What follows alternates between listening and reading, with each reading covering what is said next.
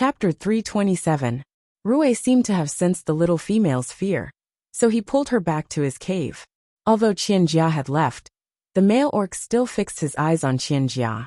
He was obviously curious about this little female. She looks so strange, but she's pretty. Ningxu sighed. Ningxu said perfunctorily, "Yes, she's pretty."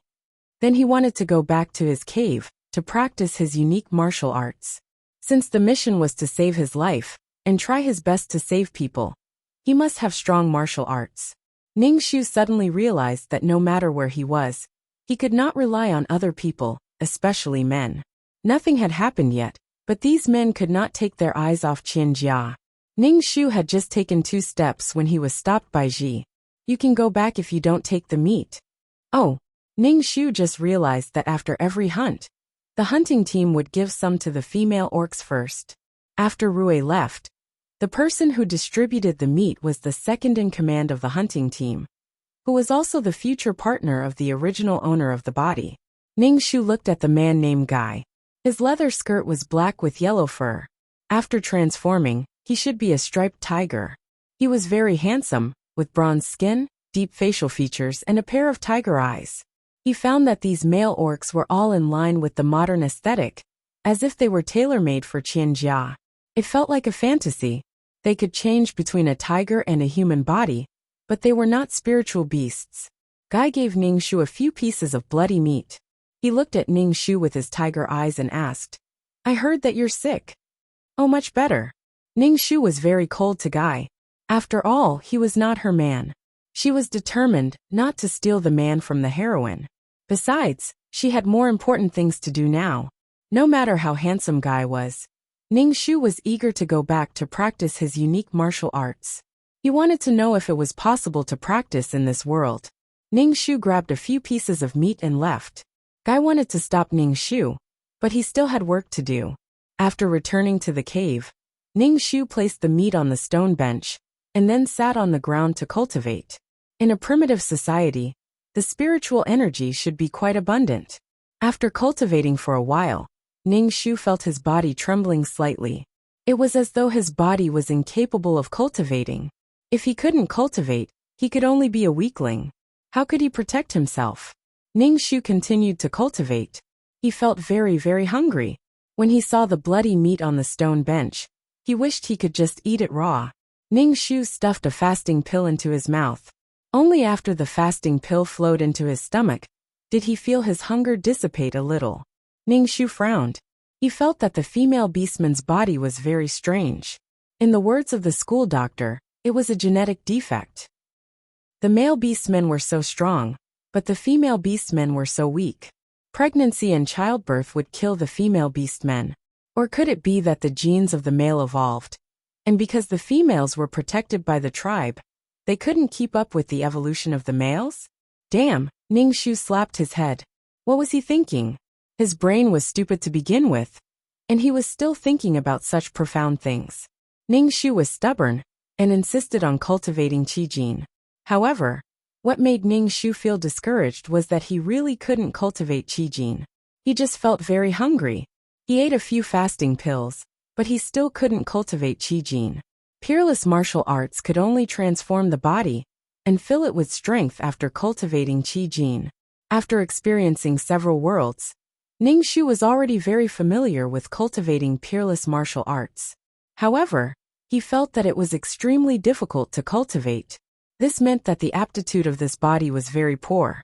Moreover, Ningxu didn't dare to eat the spirit marrow crystal. Without Qijin in his dantian, he could absorb the terrifying spiritual energy from the spirit marrow crystal. The spiritual energy would explode his body into pieces. Ningxu sighed. Looking at the bloody meat, he didn't know how to eat it. He roasted it. Ningxu was speechless. It was only after staying in the primitive society that he realized the convenience Qianjia brought to the primitive society. He thought that she was a goddess, a messenger sent by God. Ningxu took the bloody meat to Ji's house next door and said to Ji, "Let's eat it together." Ji saw Ningxu take all the meat and said, "Are you going to eat all of it? If you don't store it, when there are 2 shiny round stones in the sky, winter will come." 2 shiny round stones in the sky. Ningxu rolled his eyes. Damn 10 moons? What the hell? Fortunately, it wasn't 10 suns. Ning Shu twitched the corner of his mouth. It will spoil easily. Eat it. It's not very hot now, so it won't spoil easily. The hunting team said that it's not easy to hunt in cold weather. Damn, you'd better save some. Okay.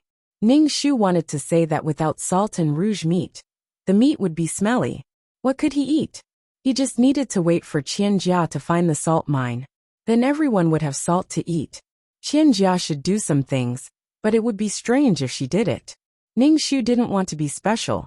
Sometimes being special was a kind of trouble. Ji roasted the meat for Ning Shu without washing the blood off. She just roasted it directly. There was salt in the blood, so it was good to roast it like this. Orcs in the hunting team would drink the blood of their prey to replenish the salt in their bodies before biting their prey's neck. Orcs also had their own way of survival, so he summed it up bit by bit. However, looking at the black roasted meat, Ning Shu had no appetite at all. Ji handed the roasted meat to Ning Shu. Ning Shu took it, smelled it, and took a bite. The meat was quite tough, with an earthy taste and a little salty. Thinking that he needed a lot of energy to practice the unique martial arts, Ning Shu bit the meat and ate it. Ning Shu asked Ji to take care of the rest of the meat, saying that he didn't feel well, and asked her to help him. Ji agreed and asked Ning Shu to have a good rest. After all, the shaman had said that the grass might not live long, and would be taken away by God. Ning Shu was speechless. Primitive people were so straightforward. If it were other people, they would think that Ning Shu was lazy and wanted to slack off. Ning Shu went back to his cave and began to practice. When he was hungry, he gave him a fasting pill. Ning Shu was very glad that he had exchanged some fasting pills in advance. Otherwise, he wouldn't be able to survive. Qianjia, who was brought back by Rui, felt even more miserable than Ning Shu. She saw the man in front of her throw a piece of roasted meat in front of her. Qianjia only had black money on her head, and she didn't understand what the man wanted to say. Qianjia's head was still dizzy. Where did she travel to? People traveled to ancient times to flirt with beautiful men, but she directly traveled to a primitive society. There was also a group of primitive people who could turn into tigers. Qianjia wanted to hold her head and scream, "What the hell?" Rui told Qianjia to eat something, but Qianjia was confused. Seeing that he was pointing at the meat, Qianjia picked up the roasted meat on the ground and patted the dust. She almost broke her teeth when she took a bite. She couldn't bite it. Chapter 328. The male beastman Rui looked at Qianjia biting the meat like a cub without teeth. After biting for a long time, she still couldn't tear the meat off. A ripple suddenly appeared in Rui's heart. He felt that she was very cute. She had a white face and bright red lips. Her body was even smaller than female beastmen. He had never seen such a small female before. Rui tore the cooked meat and placed it in front of Qianjia. Qianjia only took a bite and almost vomited. It was tasteless and tasteless. There was an earthy smell and the stench of animal fat. It was disgusting. Qianjia had never eaten anything so disgusting before. Qianjia was remorseful in her heart. She shouldn't have been so picky about her food before she transmigrated. Things that were unbearable in the past now seemed like unique delicacies. Rui saw that the little female was choking and coughing. He stretched out his hand and gently patted Qianjia's back. His hand touched her back. She was wearing soft animal skin. He could feel her body temperature through the thin animal skin. Rui's tiger eyes rippled. He directly carried Qianjia up. Ignoring her confused face, he placed her on the withered grass and directly pressed her body on top of him. Qianjia finally reacted. This beast wanted to do something beastly. Her chastity that she had preserved for so many years was actually going to be taken away by a primitive man. How could this be? Rui didn't know how to take off Qianjia's jeans. However, with his powerful strength, he directly tore the pants. There was still a small underwear inside the pants. Rui also tore Qianjia's underwear. Qianjia wanted to cry but had no tears. She was extremely scared. She cried and hit Rui, who was on top of her. However, she couldn't change her fate. Rui sucked on the dark red top, as if he was fascinated. Her body was filled with a fragrance that made Rui very fascinated and infatuated. Qianjia was teased until her body went soft. She also saw such a handsome face with deep contours, and a pair of tiger eyes that seemed to be brewing water. Qianjia was instantly mesmerized. It was a romantic night. Ningxu cultivated for an entire night, and ate a bottle of fasting pills. However, he still couldn't cultivate Qijin.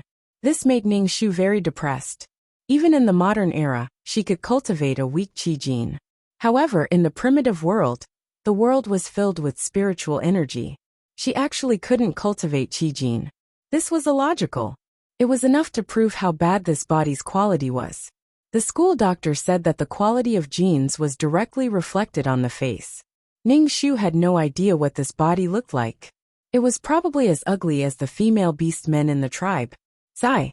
Ningxu stuffed a fasting dan into his mouth, and then continued to meditate. He had to cultivate Qijin. As long as he could cultivate Qijin, then he would be able to eat spirit marrow crystals. Without Qijin to help him absorb the terrifying Ling Qi of the spirit marrow crystals, Ningxu did not dare to court death. At this moment, Ningxu heard heavy footsteps at the door. He immediately stopped and saw Ji coming in. Why are you still here? Everyone should go to the place of sacrifice. Ji came over and pulled Ningxu. Ningxu was a little confused. What happened in the clan? Didn't Rui bring back a female? Now shaman wants to communicate with God, and let God decide whether to let her stay in the tribe. Ningxu said. God. There was the concept of God in the primitive society.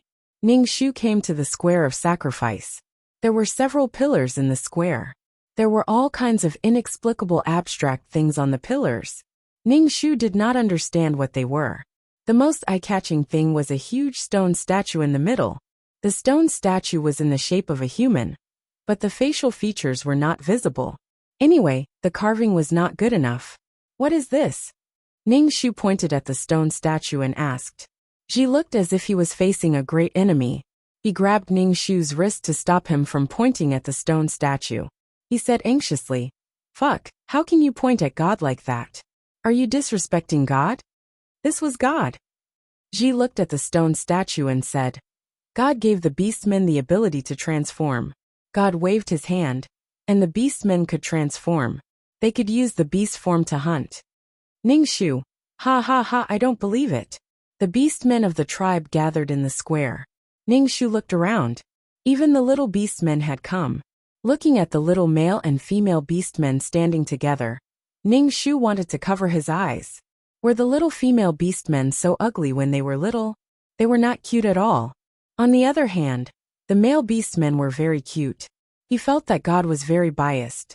After a while, the chief of the winged tiger tribe and shaman came. The chief was a very charming middle-aged man. The shaman was a female beastman with bird feathers all over her body. Coupled with her ugly face, Ningxu wanted to cover his face. Because a female beastman has appeared in the tribe. Now we are going to tell God about it. God will decide whether this female beastman can stay in the tribe. The shaman said in a hoarse voice. Rui turned into a tiger, and carried Qianjia directly to the sacrifice square.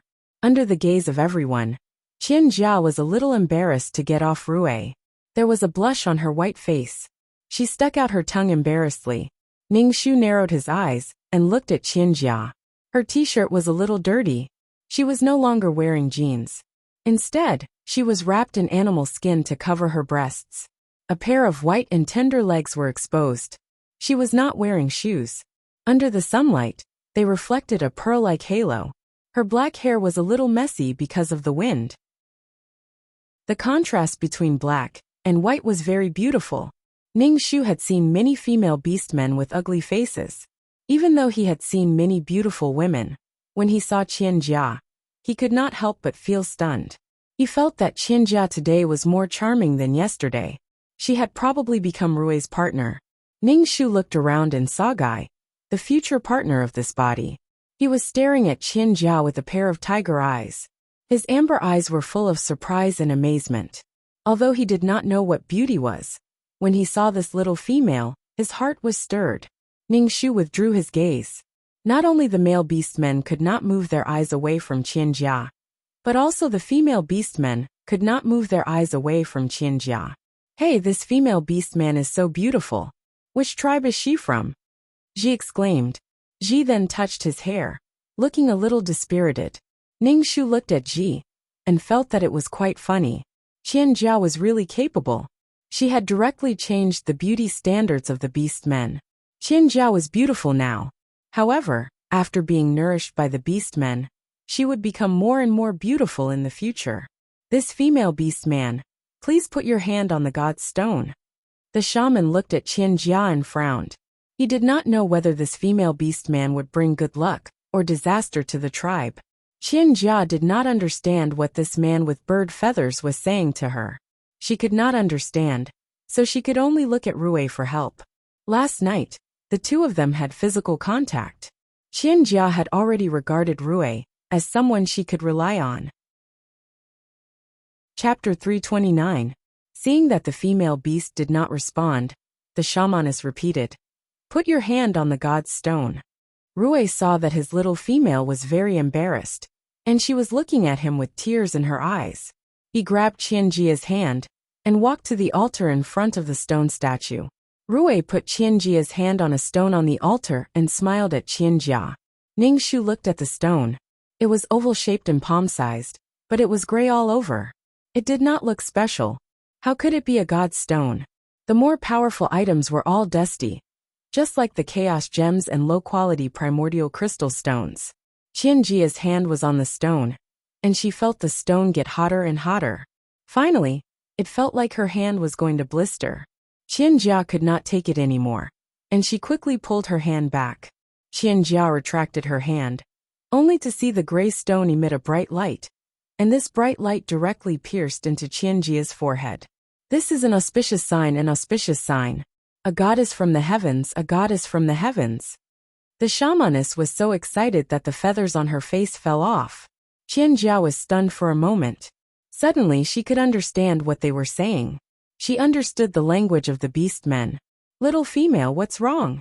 Rui saw that the little female was in a daze, and he asked with concern. I'm fine." Qianjia said the beastman's language in a tongue twister, and Rui was very surprised. "This is the blessing that God gave to this female beast. What is your name?" The shamaness asked Qianjia. "My name is Qianjia." The shamaness nodded with satisfaction. "From now on, your name is Jia. You are a member of the winged tiger race." Ningxu was speechless. Ningxu looked at the witch, this female stick, calling Qianjia a goddess. She didn't know what to say, but Ningxu was very curious about what the oval-shaped stone was. It looked like something good. 2333 system. What is that? Ningxu asked 2333 in his heart. 2333 said with surprise. I did not expect this place to have 1,000-world stone. What is the 10,000-world stone? Ningxu asked, his eyes staring at the 10,000-world stone on the altar, feeling that it was a good thing. The 10,000-world stone can only be found in high-level planes. It's the cornerstone that supports a plane. However, the 10,000-world stone is even more amazing, because it records the entire plane's matters. The formation of the laws are all recorded inside. Don't be fooled by its small size. It contains the endless vast process of the formation of the plane's laws. This thing is extremely precious. If a powerful expert obtains the 10,000-world stone and comprehends the laws within, their future will be limitless. 2333 was also a little excited. What a lucky bastard. Ningxu clutched his chest. Damn, such a good thing was right in front of him, but he couldn't get it. It was heartbreaking. Ningxu took a deep breath and asked, what about Qianjia? 2333 said. Maybe it saw that Qianjia had some luck, so the 1,000-world stone gave her some benefits. Damn, the main character is so awesome. I also want to touch the 10,000-world stone. The beastmen all gathered around and greeted the new female beastman. Qianjia struggled to deal with them. For example, they asked her where she came from and what she was wearing. Some female beastmen reached out and pulled Qianjia's hair, causing her to grimace in pain. Rui immediately transformed into a tiger, carried Qianjia on his back, and flew away. Ningxu walked in front of the altar and looked at the 10,000-world stone. His heart was really pounding. Ningxu retracted his gaze and walked in front of the feathery shaman. He said to the shaman, Shaman, I want to become the shaman of the tribe. The shaman was stunned. He didn't say anything and just turned around and left. Ning Shu followed behind him and entered the shaman's cave. The shaman's cave had the smell of herbs. Ning Shu was once again sure that he wanted to become a shaman. The shaman sat on a stone bench and looked at Ning Shu. He asked, Rui, I remember that your future partner is Guy. If you want to become a shaman, can't you be Guy's partner? Yes, I want to become a shaman, Ning Shu said. As for Guy, Ning Shu had already forgotten about him. He would be the female lead's partner sooner or later. Why? The shaman looked confused. Your future partner is living well, and he is a strong male. What are you not satisfied with? The shaman took off the feathers on his head. You have to know that I will not have a partner in this life. I have to be pure and communicate with God. The shaman looked at Ning Shu. You have to think about this carefully. Shaman, I feel like Guy doesn't like me. He likes the new female lead Jia. Ning Shu said directly. I want to learn herbs from you and help the tribe. The shaman stared at Ning Shu sharply. Jia is already Rui's partner. She won't get in the way of you and Guy. Ning Shu shook his head. Shaman, I feel like I am a useless person in the tribe. I want to do something for the tribe. I feel like Guy doesn't want to be my partner. The shaman stared at Ning Shu for a long time. Ning Shu and the shaman looked at each other. Finally, the shaman said, Then you can learn herbs from me for a while. As for becoming a shaman, we will talk about it later. Obviously, the shaman thought that this young female was just being naughty. As for teaching her herbs, it was for the good of the tribe. Ning Shu nodded. She didn't care whether she could become a shaman or not. She just wanted to be known as a doctor. After all, Ning Shu had been with the miracle doctor for a long time.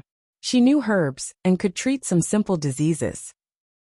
However, if she suddenly knew how to treat diseases, even the most simple-minded primitive people would feel that something was wrong. Besides, primitive people weren't really simple-minded. They were smart. After achieving his goal, Ning Shu told the shaman that he would come to learn the next day. The shaman just nodded casually. She didn't care much about what Ning Shu said. Ning Shu passed by the sacrificial square on his way back. He glanced at the stone of all worlds and looked away with difficulty. Then he saw Ji waiting for him. Ning Shu suddenly felt warm. Although it was hard to survive, people got along well with each other. Looking at Ji walking toward him, Ning Shu swore in his heart that he would cultivate qi and change his fate. He also wanted to save Ji. If possible, he wanted to save as many abandoned females as possible. He wanted to fulfill the original owner's wish. Ji was a little younger than this body. Her future partner was still uncertain. However, many male orcs had their eyes on her. But now Qin Jia was here. The male orcs had never seen such a beautiful female before. They became picky. It could be said that Qin Jia's arrival had subtly lowered the status of the female orcs. In addition, Qin Jia had more than one partner. Every male orc wanted to be her partner. The female orcs, who used to be precious, became dispensable. Some male orcs even wanted to be partners with the female orcs. They didn't cherish them as much as before. Chapter 330. Ning Shu began his busy life of practicing martial arts at night and learning herbs from the shaman during the day. When Ji heard that Ning Shu was learning from the shaman, her face changed immediately. Damn, why do you want to learn from the shaman? Do you want to be a shaman? Ning Shu said carelessly.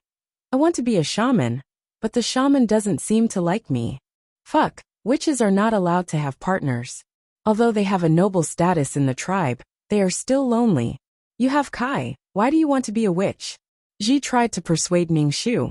She felt that there was something wrong with her neighbor's head. Both Ji and Chao had no parents, so they were very close. Ji didn't want Chao to be lonely for the rest of her life. Other female orcs who were close to Ning Shu heard the news and came to persuade Ning Shu, which made Ning Shu feel helpless. She was really just there to learn. Why did these people think that it was not good to be a shaman without a partner? In fact, Ning Shu wanted to be a shaman. At least he had a high status, which was similar to the chief of the tribe.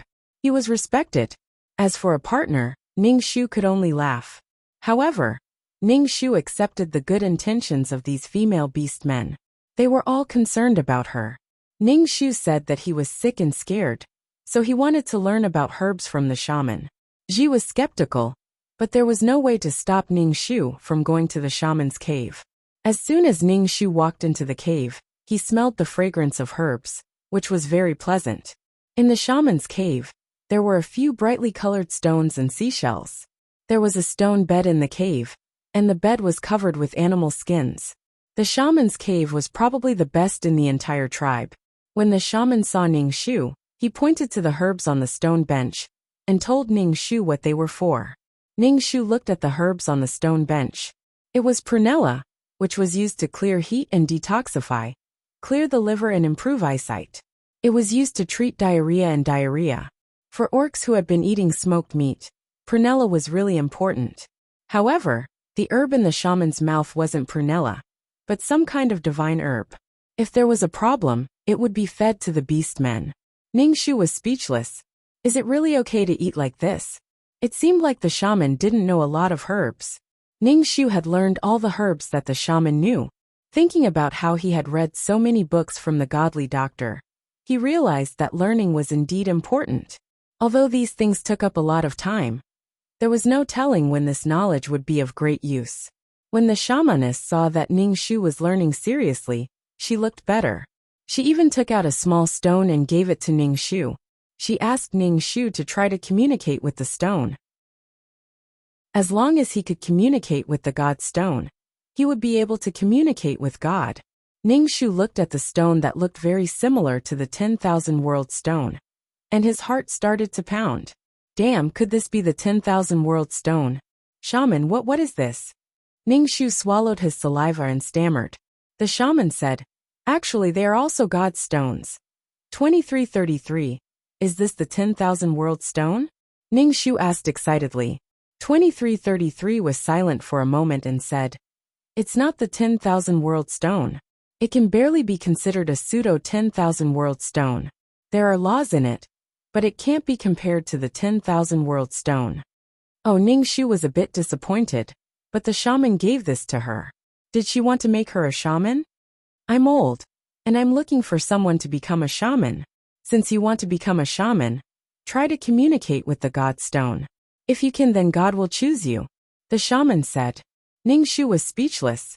Ning Shu felt annoyed when she heard the shaman's words, but she couldn't get distracted at all. He took the pseudo 10,000 world stone and went back. Back in the cave, Ning Shu held the God stone and tried to communicate with it. But who could tell her how to talk to a stone? Ning Shu tried to send her consciousness into the pseudo 10,000 world stone, like a contract spirit beast. Ning Shu didn't expect her consciousness to really enter the 10,000 world stone and see what was inside. Ning Shu felt like she was watching a movie. She saw what was recorded in the 10,000 world stone. The world was barren. There was nothing. There was no water, no sky, no trees. There was nothing. In the boundless desolation, a figure suddenly appeared in the air. This figure was completely black, like a shadow. It was impossible to see what it looked like, and it was unknown whether it was a man or a woman. It was looking down from above. Ning Shu even felt that the person's eyes were filled with endless coldness. It was as if the person was looking at her. He waved his hand, and the sky became clear. Two suns appeared in the sky. Green grass quickly appeared on the ground, and then quickly grew into towering trees. Soon the entire world was a forest. Then a bird appeared in her hand. The bird spread its wings and flew to the branches. Then many animals appeared in the forest. There were all kinds of animals, and even dinosaurs. The black figure pointed at a lion, and then the lion turned into a person. It crawled in front of the black figure. Then, all kinds of beastmen appeared. The black figure casually threw a 10,000 world stone on the ground and disappeared. Then, he recorded some messy things. Ning Shu was sweating. He retracted his consciousness with difficulty. He was in a state of shock. Damn, there really is a God. Damn, my 3 views. To be able to create things so casually. If this wasn't a God, then what was? So, what Ji said about the beastman's ability to transform was given by a God was true. The problem was that Ning Shu didn't see who it was at all. Ning Shu calmed himself down and curled his lips. Now, it seemed that the 10,000 world stone on the altar had an owner. Snatching something from such a powerful person was definitely courting death. There was actually such a powerful person in the world. Ning Shu's 3 views were overturned. He was worse than an ant now. Ning Shu told 2333 what he saw in the pseudo 10,000 world stone.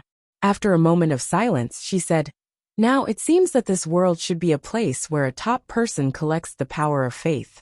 Ning Shu, don't be stupid. If you want to take the 10,000 world stone, we will all die. I'm about to pee my pants. I won't even dare to look at the 10,000 world stone in the future." Ning Shu rolled his eyes. Taking a deep breath, Ning Shu decided to forget what he saw. Looking at things of a higher level would only make one more depressed. But Ning Shu saw his position clearly. He was just an ant struggling to survive. Working hard to survive was more important than anything else. Ning Shu calmed himself down and continued to cultivate. The most important thing now was to complete the mission. As for other things, they were just floating clouds. But that gaze was so scary. Woo-woo. The next day, Ning Shu told the shaman that he couldn't communicate with the God Stone. When the shaman heard that, she almost threw a rock at Ning Shu. How can it be so easy to communicate with the God Stone? It has only been a day, you are too anxious. Chapter 331. After coming out of the cave, Ning Shu bumped into Guy. Ning Shu didn't think that Guy was looking for him. Ever since he came to this world, Ning Shu had only said one sentence to Guy, "You're sick." "Oh, I'm much better." Other than that, they didn't talk at all. Ning Shu suspected that Guy didn't like the original owner of this body. Even without Qianjia, Ning Shu felt that they wouldn't be together. Ning Shu and Guy brushed past each other. Guy was stunned for a second. Then he caught up with Ning Shu and asked, "Why are you leaving?" Ning Shu looked at him in surprise and said, "Why are you looking for me? If you don't talk to me, I can only leave." Guy looked at Ning Shu with his tiger-like eyes. He paused for a second and said, "I heard from Ji that you're learning something from the shaman. Do you want to be a shaman?" "It depends on the shaman. I'm just learning about herbs from the shaman," Ning Shu said calmly. Ning Shu realized that Guy didn't love him much. From the original owner of this body, Guy would be his partner for as long as he could remember. There must be a reason why Guy became the original owner of this body. However, there was no chance for them to be partners now. Guy only had Qianjia in his heart. Besides, her current task was to become the president of the Women's Federation and save the women of the Winged Tiger tribe. She didn't have time to talk to him. Ning Shu and Guy both fell silent. They didn't know what to say, and the atmosphere was very awkward. I. You go first, Ning Shu said. Guy was silent for a second and said, "If you want to be a shaman, I'll help you. I promised your father that I'll take good care of you." Ning Shu was speechless. Ning Shu suddenly didn't know what to say. Guy sounded very sincere, but his future partner was going to be a shaman and would be lonely for the rest of her life. Ning Shu was speechless. Ning Shu put on a fake smile, making her face look even uglier. She said, "Thank you, I can solve my own problem." Then she turned around and left. It seemed that the reason Guy was able to become Cao Cao's future companion was because of the original owner's father. It was just a responsibility. Guy stared at Ning Shu's back, sighed and left. While Ning Shu was busy every day, Qianjia and Rui's days were also very prosperous. They knew that they could no longer go back. Qianjia settled down and worked hard to live her life. Moreover, Qianjia was very satisfied to have such a loving husband. Qianjia tried her best to make her life better. She was not used to sleeping on a stone bed, so she wanted to make a wooden bed. Although this wooden bed was just a wooden plank on a stone bed, it was much better than sleeping on a stone bed. In terms of food, Qianjia tried her best to make the food better. She even invented the stone pot. Although the stone pot was not forbidden, it was good to be able to cook meat until it was soft. In addition, with Rui taking her out, Qianjia could occasionally find some good spices, such as pepper and ginger, which could remove the fishy smell of the meat. When cooking meat, she added some sweet and sour wild fruits. The taste was many times better than roasted meat. Every day, the fragrance from Rui's cave made the people in the tribe crazy. One by one, They went into Rue's cave, wanting to taste the fragrant food. However, Rue, who loved his wife madly, drove them out. The food that his partner made was not enough for him. He did not want the food that his partner made to be eaten by these people. Every time she saw that others liked to eat the food that she made, Qianjia was very happy. Before she transmigrated, she would always learn how to make the food that she liked. She did not expect that she would be able to use her skills now. Qianjia wanted to integrate into the tribe, especially the female beastmen. So she told Rue that if she wanted to treat the female beastmen in the tribe to a meal, she needed to make more stone bowls. Of course, she also needed to prepare more meat. So Rue went out to hunt without saying anything. When they heard that the new female beastman was going to treat them, the female beastmen in the tribe were very happy, because the food that she made was famous for being delicious. As for how delicious it was, they did not know. On the day of the treat, they all went to Rue's cave, shouting and yelling. Ningxu was not interested in joining in the fun, because after practicing day and night, she finally cultivated a weak breath. With this strength, Ningxu ate a little bit of the spiritual marrow crystal powder. The strength was so weak that Ningxu was afraid that it could not absorb Reiki. Fortunately, the Reiki was absorbed by the strength. It grew a little, but it was still not very strong. However, Ningxu felt that his body was slowly changing. His bones were itching, and his body was slowly becoming stronger. Although he could not fly over roofs and run on walls, his body was much more agile, and his physique was much stronger. If he fell into the river again, he would not catch a cold. Just as he was about to eat some more spiritual marrow crystal powder, he heard Ji's footsteps coming in his direction. Ningxu immediately gave up meditating. Ji often came to visit her. After a long time, Ningxu would know if it was her when he heard the footsteps. When Ji walked into the cave, Ningxu asked, "Why are you still sitting here? Let's go, or we won't be able to eat it." Ningxu saw that there was a flower in Ji's hair. Her hair was not tied up, and a wild flower seemed to be about to fall. "What are you doing? Why are you arranging a flower?" Ningxu asked in surprise. He suspected that Ji had taken a fancy to some male beast man. A woman would dress up for her lover. This was the same in every world. Ji touched the flower in her hair, but it fell. Ji picked up the flower and said, "Didn't the new female beast man invite us to eat? I want to look better." So that's why. Ningxu walked to the entrance of the cave, picked up a sturdy grass stem, and asked Ji to squat down. He combed Ji's messy hair with his fingers, tied her hair with the grass stem, and put the flower in her hair. It looked much more refreshing. Ji touched her hair in surprise. She smiled and said, "Damn, you're amazing. Do you want a flower? I'll find one for you. You can also fix your hair. Let's go to Rue's cave together." Ningxu was too lazy to do it. She really wanted to cut her hair. She combed her hair with her fingers every day, and her fingers felt like they were going to break. Without shampoo, she could not wash her hair clean, even if she went to the river. "I'm not going. You go." She had more important things to do. There was nothing more important than improving her strength. She would not go to this kind of party. It's not easy to have a lot of delicious food. "I heard there's a lot of meat. Why don't you go?" Ji looked at Ningxu as if she were stupid. She pulled Ningxu away. With Ningxu's current strength, he could get rid of Ji's hand, but Ningxu did not. Besides, he was tired of eating barbecued meat these days. If it were not for the energy in his body, Ningxu would not eat it. There were not many fasting pills left. If he ate more, there would be none left. Chapter 332. When they arrived at Rue's cave, there were already many people gathered in front of the cave entrance. They were cooking on the flat ground outside the cave entrance.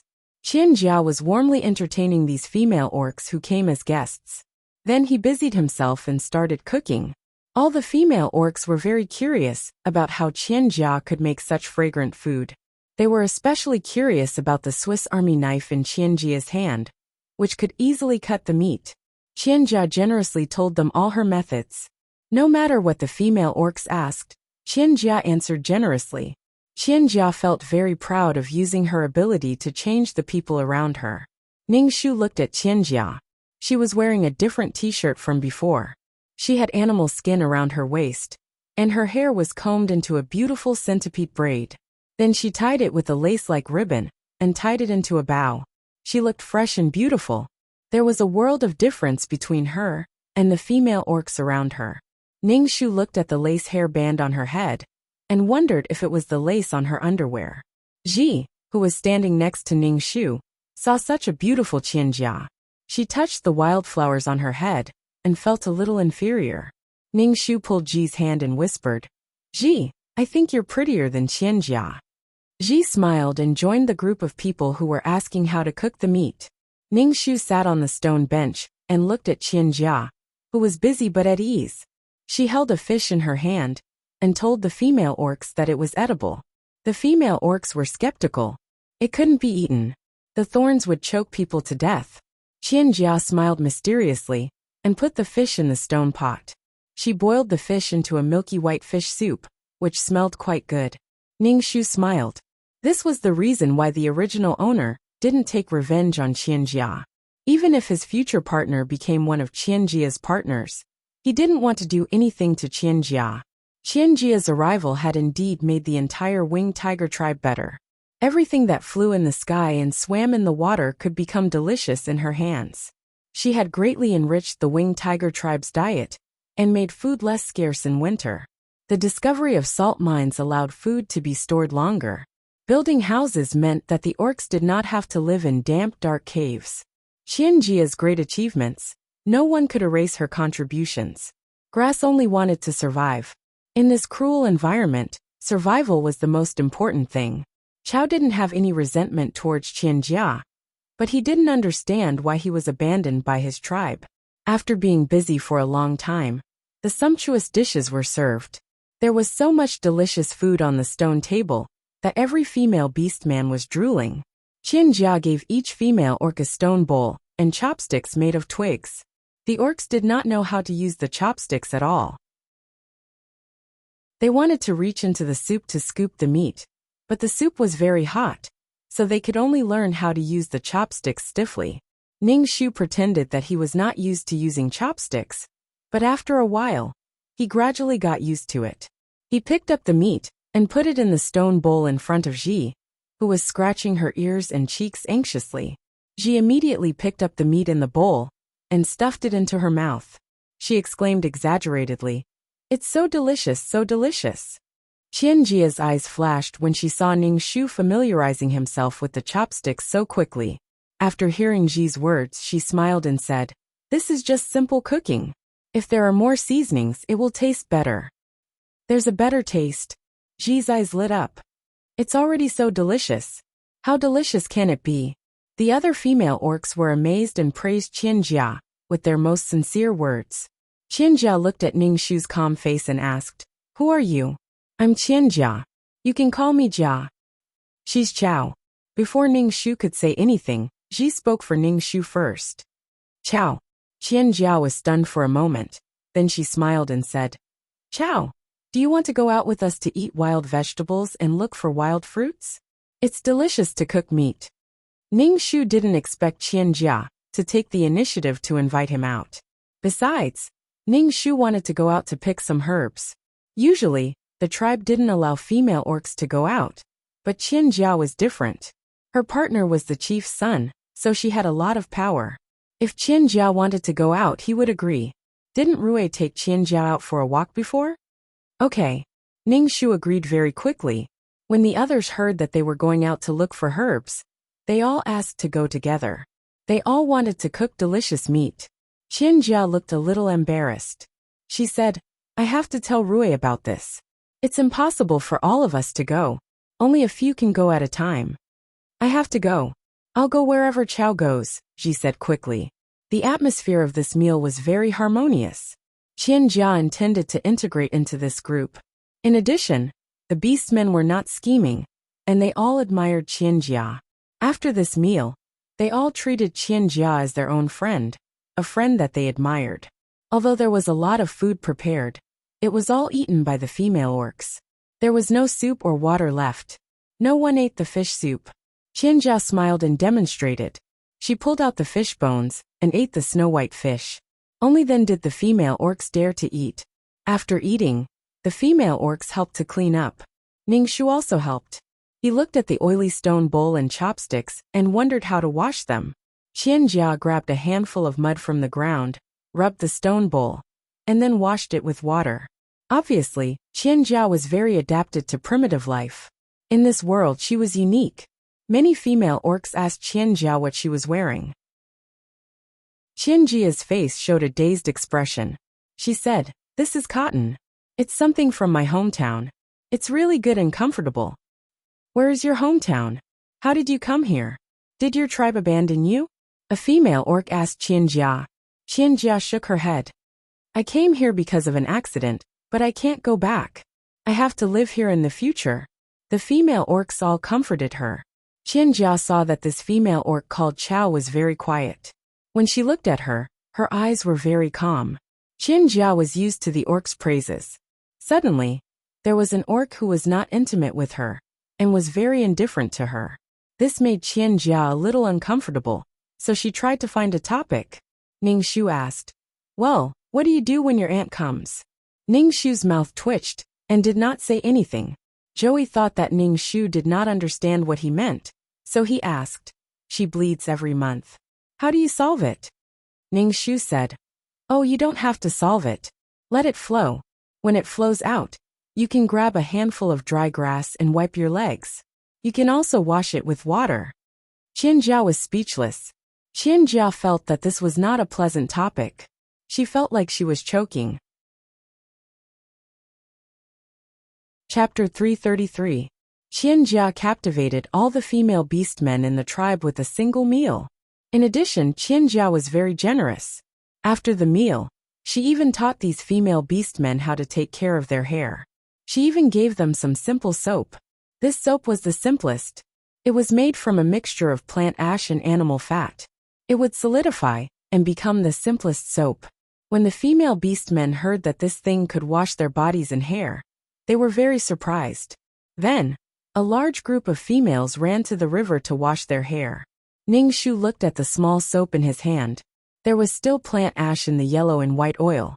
He followed these female beastmen to the river to wash their hair. After washing with the simple soap, his hair was indeed much cleaner than before. Ningxu really wanted to ask Chica what she majored in at the university. She knew how to make soap, burn clay pots, build houses, and forge iron when she discovered iron ore. She directly made the primitive world skip the Bronze Age and enter the Iron Age. Everything was in Qianjia's hands, and she easily succeeded. Although she failed twice, she would always succeed. In fact, Qianjia was an omnipotent Mary Sue. However, this had nothing to do with her. Her mission did not conflict with the female lead Qianjia. It was necessary to maintain peace. Ningxu borrowed something from Qianjia. "Jia, can you give me your knife? The thing you use to chop meat? I want to cut my hair." Ningxu had been impatient with his hair for a long time. His hair already reached his butt. When he sat down, it was very troublesome to sit on his hair. Qianjia was stunned for a moment. She smiled at Ningxu and said, "Okay." Qianjia returned to her cave and gave her Swiss Army knife to Ningxu. Ningxu pretended that he did not know how to use it and looked at Qianjia. Qianjia patted her head and took the knife in Ningxu's hand. She said, "You don't know how to use it, right? This is a very common thing in our world. It's called a knife. Let me help you cut your hair." Thank you." Ningxu's mouth twitched as she spoke. She felt that Qianjia's words were filled with a strong sense of superiority. After Qianjia helped Ningxu cut a few strands of hair, Ningxu did it himself. Because it was done with a knife, it looked like a dog had gnawed on it. Although it didn't look good, Ningxu felt very comfortable. Qianjia was a very charming girl. After a meal, all the female beastmen liked and worshipped her. On the way back, she kept praising Qianjia, her eyes full of envy. Ningxu said, "Jia is really a good female orc. Many orcs will like her. No wonder Rui likes her." Ningxu could tell that there was something wrong with Rui. Ningxu looked at Ji and asked, "Do you like Rui? Why should I like Rui?" Ji looked at Ningxu and asked in surprise, "I saw that Rui was very cold to all the female orcs in the tribe, but now he likes Jia so much." Ning Shu thought. I'm sorry. Hey, why did you make your hair like this? It's really ugly. All the female orcs in the tribe have long hair. You look so ugly. Guy won't like it.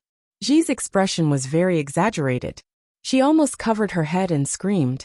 Ning Shu flipped his hair and said, Of course, I'll do whatever is comfortable. Ji looked at Ning Shu with disappointment and said, Last time I told Guy that you're a witch. Did he say anything to you? Ning Shu shook his head and said, He said he'll help me become a witch. Ji was speechless.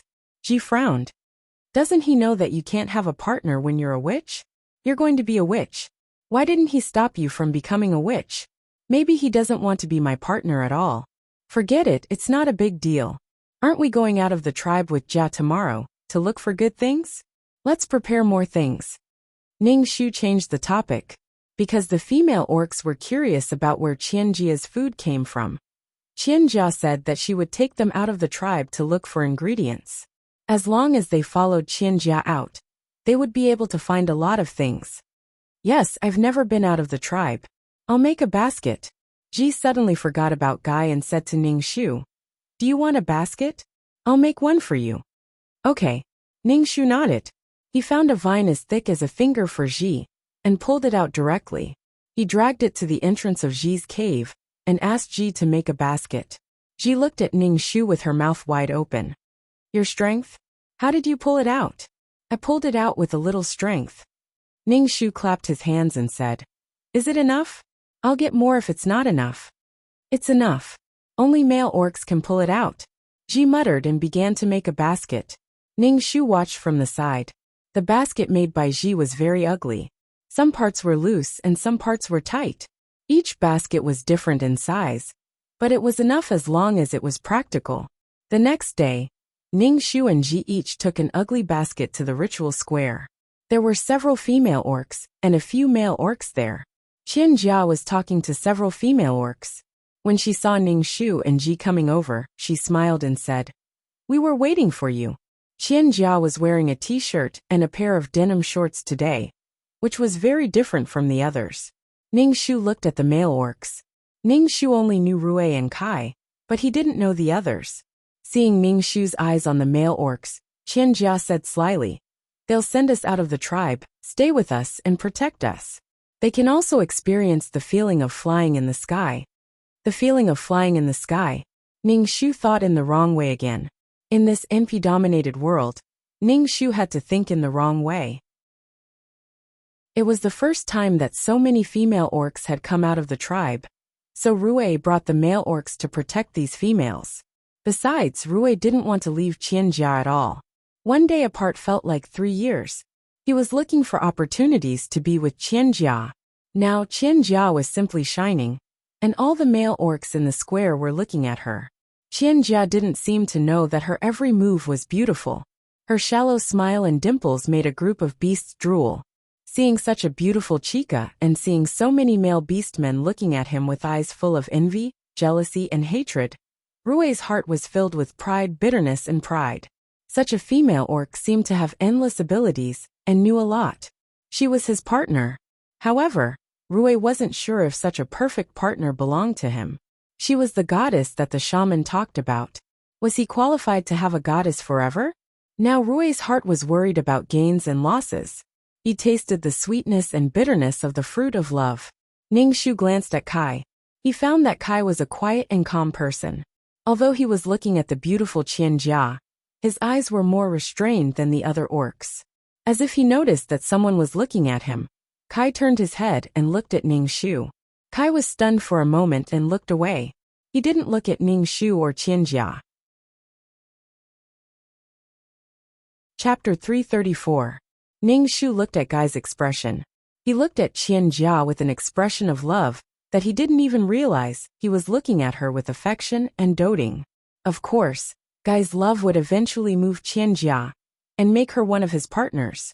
However, there was no precedent for a female orc to have more than 2 partners. So Guy was suffering because he liked someone else's partner. Ning Shu felt that he deserved it. Although the quest didn't say anything about Guy, it didn't stop Ning Shu from gloating. The orc transformed into a tiger with wings and carried the female orcs out of the tribe. Qianjia was the first to get on Rui's back, and the other female orcs got on the male orcs' backs. Then Ning Shu was left alone. Guy hesitated for a moment, then walked to Ning Shu and said, "Get on my back." Ning Shu grabbed the tiger's fur and got on Guy's back without hesitation.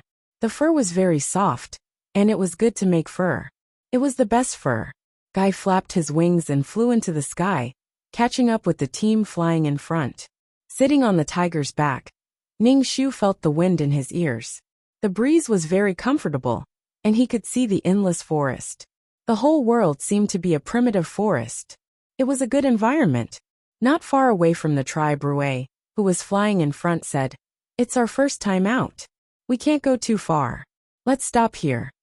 Then they slowly landed. Because it was their first time out of the tribe, the female orcs were very excited.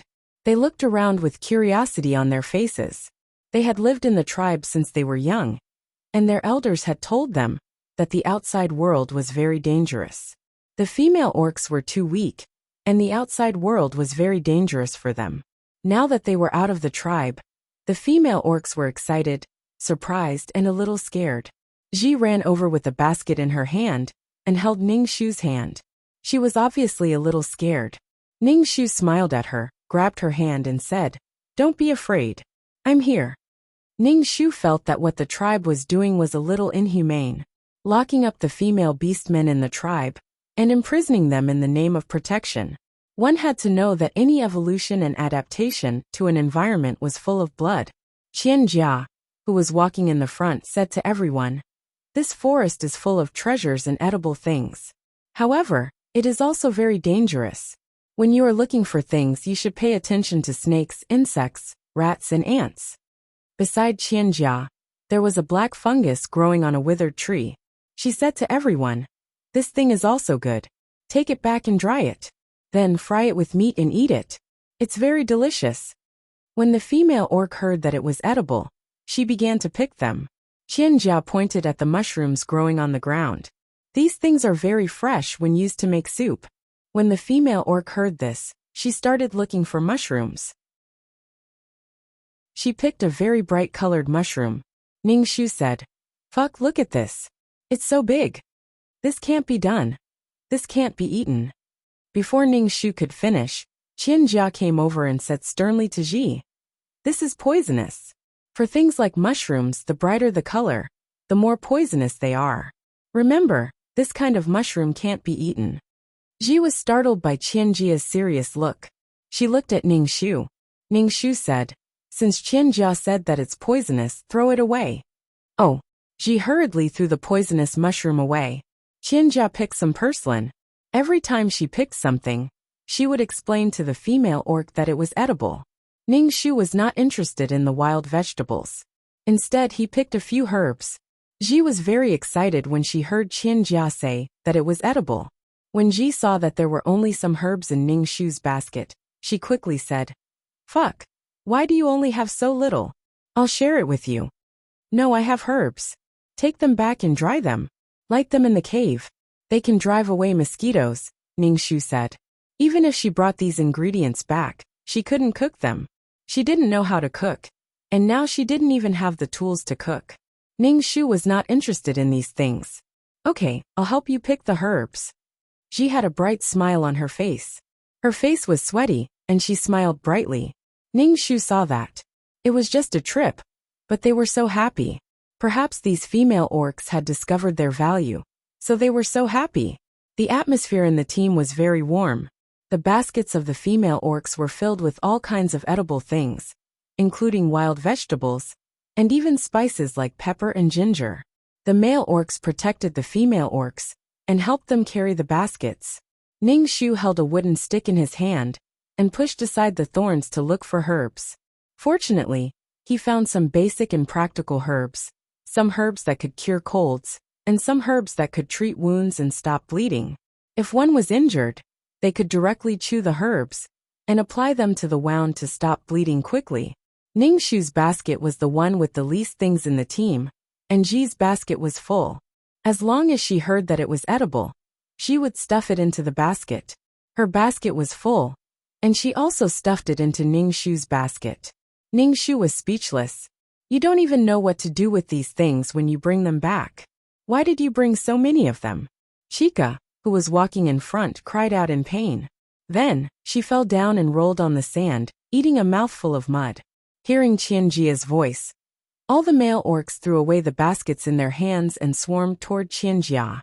Even many female orcs ran over to help Qianjia out of concern. Ji was a little slow to watch the orcs swarm in chaos. Ning Shu saw a small snake coiled around her feet, sticking out its tongue, and opening its mouth to bite her calf. Ning Shu raised the branch in his hand, and instantly hit the snake's head, making it change shape. Fuck! Ji stared at Ning Shu in a daze, and then her face was instantly filled with fear. Ning Shu said angrily, "Pay attention to your surroundings. Don't worry, hold a stick in your hand." Okay. Ji quickly picked up a branch on the ground, and followed Ning Shu's example, pushing aside the thorns and weeds. Ning Shu looked at Qianjia, who had just fallen down. Everyone was concerned about her, and the male orcs turned a blind eye to the real danger. They were all focused on Qianjia. Since ancient times, the pursuit of beauty had been an instinct. It was really cruel. Qianjia, who had fallen down, was in a daze with sand in her mouth. Seeing Qianjia like this, Rui was worried to death. Even the calm guy showed anxiety on his face. "Jia, what's wrong with you?" Rui asked anxiously. Qianjia spat out the sand in her mouth, and suddenly hugged Rui and laughed. Ning Shu walked over and tasted some sand. It was salty, so there should be a salt mine below. No wonder there was no grass in this desert. It's salty, we found salt." Qianjia shouted happily. When she came to this world, her biggest regret was that there was no salt. Without salt, the food she made was really tasteless. Now they had found a salt mine. Chapter 335. Qianjia was so happy that she jumped up and down. Rui looked at her, and was even more worried. However, in order to avoid any mistakes, Qianjia said to Rui, "Can you dig into the sand? The deeper the better. See if there is a salt mine inside." Guy was the first to transform into a tiger, and began to dig into the sand with his claws. The other male beastmen also transformed into tigers, and began to dig into the sand. "What are they doing?" Ji asked Ning Shu in a daze. Her eyes were filled with confusion. Sure enough, the female lead was very lucky. She only fell down and found a salt mine. This sand had existed for a long time, but only the female lead had found a salt mine. The other female beastmen saw Qianjia so excited, and asked her what was going on. Qianjia smiled brightly and said to the female beastmen, "This is good stuff. Add a little when you cook, and it will make the food taste better. It can also be used to marinate meat, and preserve it for a long time." "Wow, really? That's amazing." The surrounding people heard and shouted, looking at the male beastmen working in full swing. Their eyes were filled with anticipation. Finally Rui dug out something. It was a white crystal. When Qianjia saw the crystal, she immediately ran over and hugged Rui. She shouted, "There really is salt. There really is salt. That's great, that's great." Qianjia was so happy that she kissed Rui. Rui's expression suddenly rippled. The other beastmen also wanted to get a kiss from Qianjia, but Rui kicked them away. Rui sent someone back to inform the chieftain. After a while, the chieftain and the shaman rushed over. Seeing the white crystal, the chieftain's face was filled with excitement. "Our winged tiger tribe also has a bitter crystal. Because the taste of salt was bitter and salty, it was called bitter crystal." The chieftain's eyes were filled with tears. Their tribe didn't have this kind of thing. Even if they went to other tribes to exchange, they wouldn't do it. Now that they found a bitter crystal mine, the chieftain was so happy that he cried. "Dad, Jia found it," Rui quickly said to his dad. He wanted to take credit for Qianjia. Good, the chieftain said with a smile. "Patriarch, this isn't bitter crystal. This is salt." Qianjia emphasized. "What kind of name was bitter crystal?" "Alright, you're the one who found this thing. You can name it however you want." The leader was very kind to Qianjia. Shamaness also had a smile on her face. She knelt down and kowtowed to the sky, shouting, "God really blesses the winged tiger clan." Ning Shu was speechless. The discovery of the salt mine was a major event for the entire tribe. Qianjia had become the hero of the winged tiger tribe. Qianjia was a little embarrassed by these beastmen's praise. She quickly waved her hand and said, I am also a member of the winged tiger tribe. I have been taken care of by everyone during this time. This is what I should do. As expected, you were sent by God to the winged tiger clan. The clan leader nodded. The male winged tiger beastmen looked at Qianjia with even gentler eyes. Even the female winged tiger beastmen liked Qianjia very much. Fuck, what's this? Why are the chief and the shaman so happy? Ji was confused when she saw that everyone else was so happy. In fact, most of the beastmen didn't know why the chief and the shaman were so happy. However, when they saw that everyone was happy, they were happy too. Ningxu shook his head and said lightly, I don't know either. The clan leader waved his hand and asked a few male winged tiger beastmen to carry the salt back. Then, he covered the exposed salt mine with sand and told everyone, This is the lifeblood of the winged tiger clan. You must not tell anyone. When everyone saw the clan leader's serious expression, they all said that they wouldn't tell anyone about the salt mine. Ningxu looked at the salt and asked Qianjia, Is this thing poisonous? How can it be poisonous? Rui looked at Ningxu unhappily. Fuck, don't talk nonsense, Guy reminded Ningxu. Yeah, the chief said it's good stuff. How can it be poisonous? The other male winged tiger beastmen said. Ningxu was speechless. Fuck, did I say something disgraceful? Why was she being attacked by a group of people? This was the difference between a beautiful woman and an ugly woman. Ningxu felt that he had become the villain, and he was deliberately looking for trouble. Fuck, I was just asking. Why are you so mean to her? Ji stood up for Ningxu. However, with so many people watching, her voice was trembling. Ningxu's heart warmed. He shrugged and said, I was just asking. After all, I've never seen this kind of thing before. Can't I ask? The atmosphere suddenly became a little unpleasant. Ningxu took her wicker basket, pulled the branch and turned to leave. At this time, Qianjia patted her head and said, Fuck, you reminded me that this kind of salt can't be eaten. There are some impurities in it, and it also contains sulfur. It's harmful to the body. You have to boil it again before eating it. Qianjia caught up with Ningxu and said with a smile, Fuck, thank you for reminding me. Ningxu said with a fake smile, I don't care. Seeing Ningxu like this, Qianjia asked, Are you angry? Jia fuck isn't angry. Guy came over to comfort Qianjia. Ningxu was speechless. You are all great heroes of the winged tiger tribe, the chief said with a smile. Everyone returned to the tribe. The female beastmen had a lot of things in their baskets. However, when they came back, these female beastmen realized that they didn't know how to cook at all. They stared blankly at the pile of materials. Qianjia waved her hand and said, We found a salt mine today. This is something to be happy about. Tonight, I'll let everyone have a taste of the dishes with salt. Okay. Qianjia's suggestion received the approval of all the beastmen.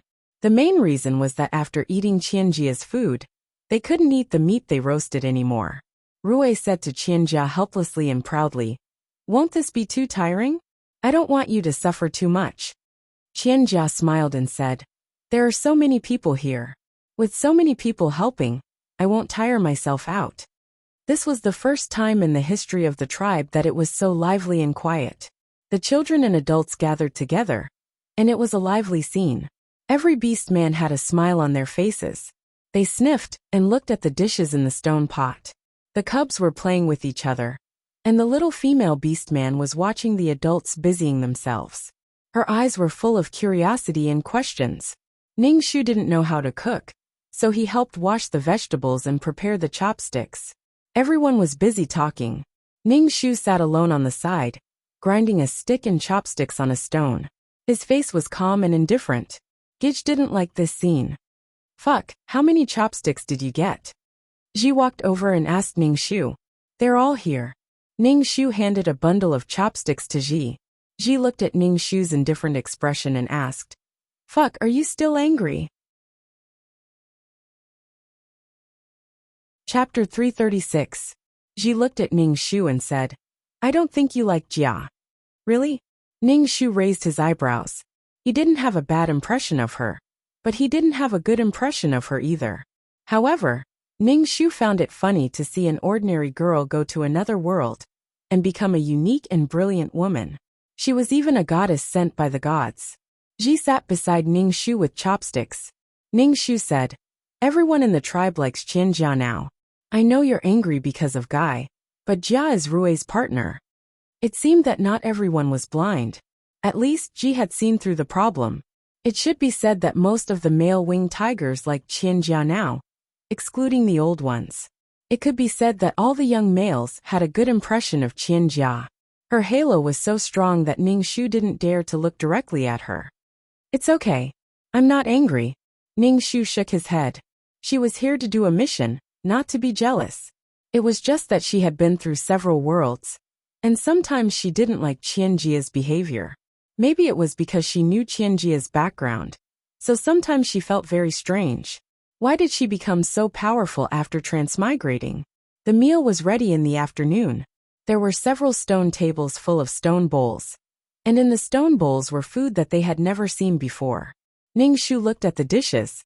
Most of them were home-cooked dishes.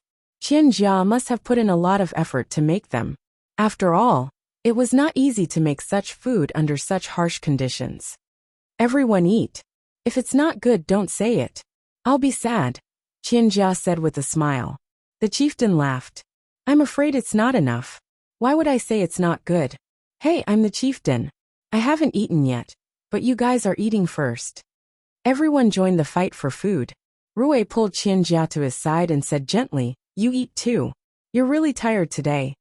Qianjia smiled. Seeing these beast-men rushing to eat her food, Qianjia couldn't help but feel proud. It felt good to be valued. Ning Shu noticed from the corner of his eyes that Guy, who was beside him, was looking at Qianjia from time to time. His expression was very complicated. It was melancholy, gentle, and tangled. Ning Shu felt constipated. Ji had fallen in love with the spicy fish and hot chili oil. It was Qianjia who had found the chili. When she had found the chili, Qianjia had wanted to cook the fish in hot chili oil. Some beast-men liked boiled fish very much, but some didn't dare to eat it. Ning Shu put down his chopsticks after he was full. These things were incomparably attractive to the beast-men. But to Ning Shu, they were just ordinary things. "Fuck, why aren't you eating?" She turned around and saw that Ning Shu had already put down his chopsticks. She immediately picked up some food for Ning Shu and said, "Eat more." "You eat. I'm full," Ning Shu said with a smile. Qianjia saw that Ning Shu had stopped eating, but the other beastmen were still eating. Even if they were burping, they were still eating with great enjoyment on their faces. Ning Shu's expression was calm.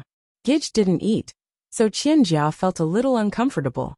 She asked, "Fuck, are these dishes not to your liking?" As soon as Qianjia said this, everyone at the table looked at Ning Shu. Ning Shu twitched the corner of his mouth and said, "I'm full. I can't eat anymore." Could it be that she still had to feed her after she was full? Even if there was an immortal pill, she wouldn't be able to eat it. "I thought you didn't like it. What do you like to eat? If I know how to, I can teach you how to cook it." Qianjia felt that this beast man called Grass was different from other beast men. Qianjia felt that Grass didn't like her, but the entire winged tiger tribe was very good to her. Why would Grass be hostile to her? Ning Shu didn't know why Qianjia insisted on talking to him. He said perfunctorily, "I like to eat all these. I've never eaten such delicious food." Qianjia's eyes flashed with satisfaction. She smiled at Ning Shu and said, "Fuck, I like you very much. Let's keep in touch more in the future." Although Chica was smiling at Ning Shu, that bright and beautiful smile made Guy, who was standing beside Ning Shu, very fascinated. It was as if the smile was directed at him. Her shallow dimples showed off her white teeth. The sun shone on her face, creating a pure white halo, which made Guy's heart pound. Ning Shu said, "I like you very much too. Let's keep in touch more." This was the hypocrisy of modern people. They didn't like each other, but they said that they liked each other. They ate until the moon was high in the sky. Ning Shu and Ji returned to their cave. Ji was holding a stone bowl with some moist crystal salt in it. "Jia gave this to us. It's enough for us to eat for a long time." Jia said that it's delicious to put some on the meat when we barbecue, Ningshu said. Ningshu looked at the sky. There were already 3 moons. According to Ji, there were 10 moons in the sky when winter came. There was only hot summer and cold winter in this world. In the memory of the original owner, winter was the most difficult. It was cold, and it snowed for the whole winter. There was no food. In winter, many female beastmen in the tribe died. Ningshu felt that it was necessary to prepare in advance. Looking at the 3 big moons, Ningshu felt that God's aesthetic was really abnormal. 2 suns and 10 moons. Ji, save the salt. It will be very useful in the future, Ningshu said to Ji. After returning to the cave, Ningshu took out the herbs in the basket and put them at the entrance of the cave, where there was ventilation. In the future, he would go out to find more herbs, especially those to cure colds. If possible, Ningshu also wanted to go hunting and marinate the meat to survive the winter. However, it was not easy for female beastmen to go out of the tribe. In the whole tribe, only Qianjia could go out at any time, and she was escorted and protected. Goddesses were different after all. Even in a primitive society, classes still existed. But he had to improve his strength first. Ningshu ate a spiritual marrow crystal the size of a little finger. Suddenly, a horrible wave of Reiki swept over and was absorbed by the weak qi in his dantian. After absorbing the Reiki, his qi became stronger.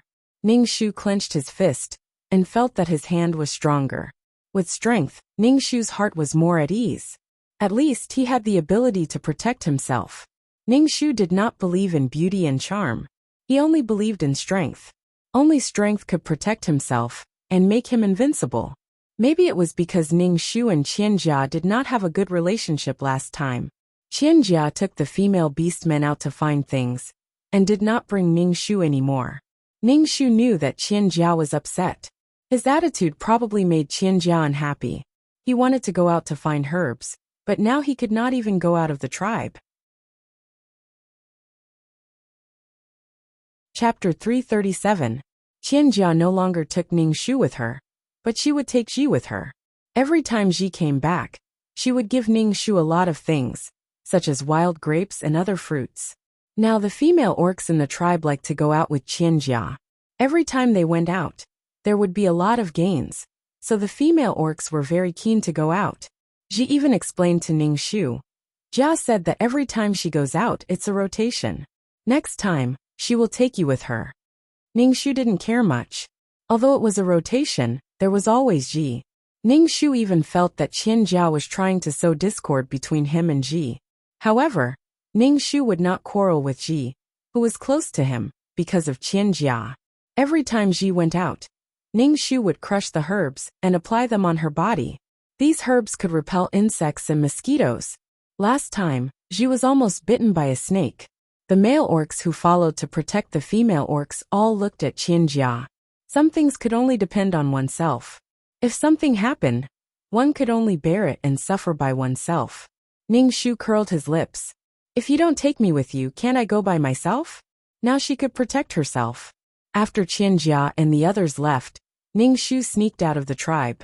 However, he just looked around the tribe, looking for herbs and occasionally hunting wild rabbits. Ningshu encountered a fat and strong roe deer. Ningshu chased the roe deer for a while, and finally killed it with his bare hands. Ningshu clenched his fists. It was good to have strength. When he dragged the spoor back, Qianjia's team had not returned yet. Ningshu dragged the roe deer into the cave first. He didn't intend to hand over the spoor. This time Qianjia found wheat, and it was a mature wheat seed. She was very excited. Thinking that she could eat steamed buns in the future, Qianjia felt that life was good. After Qianjia came back, she asked Rui to cultivate a piece of land.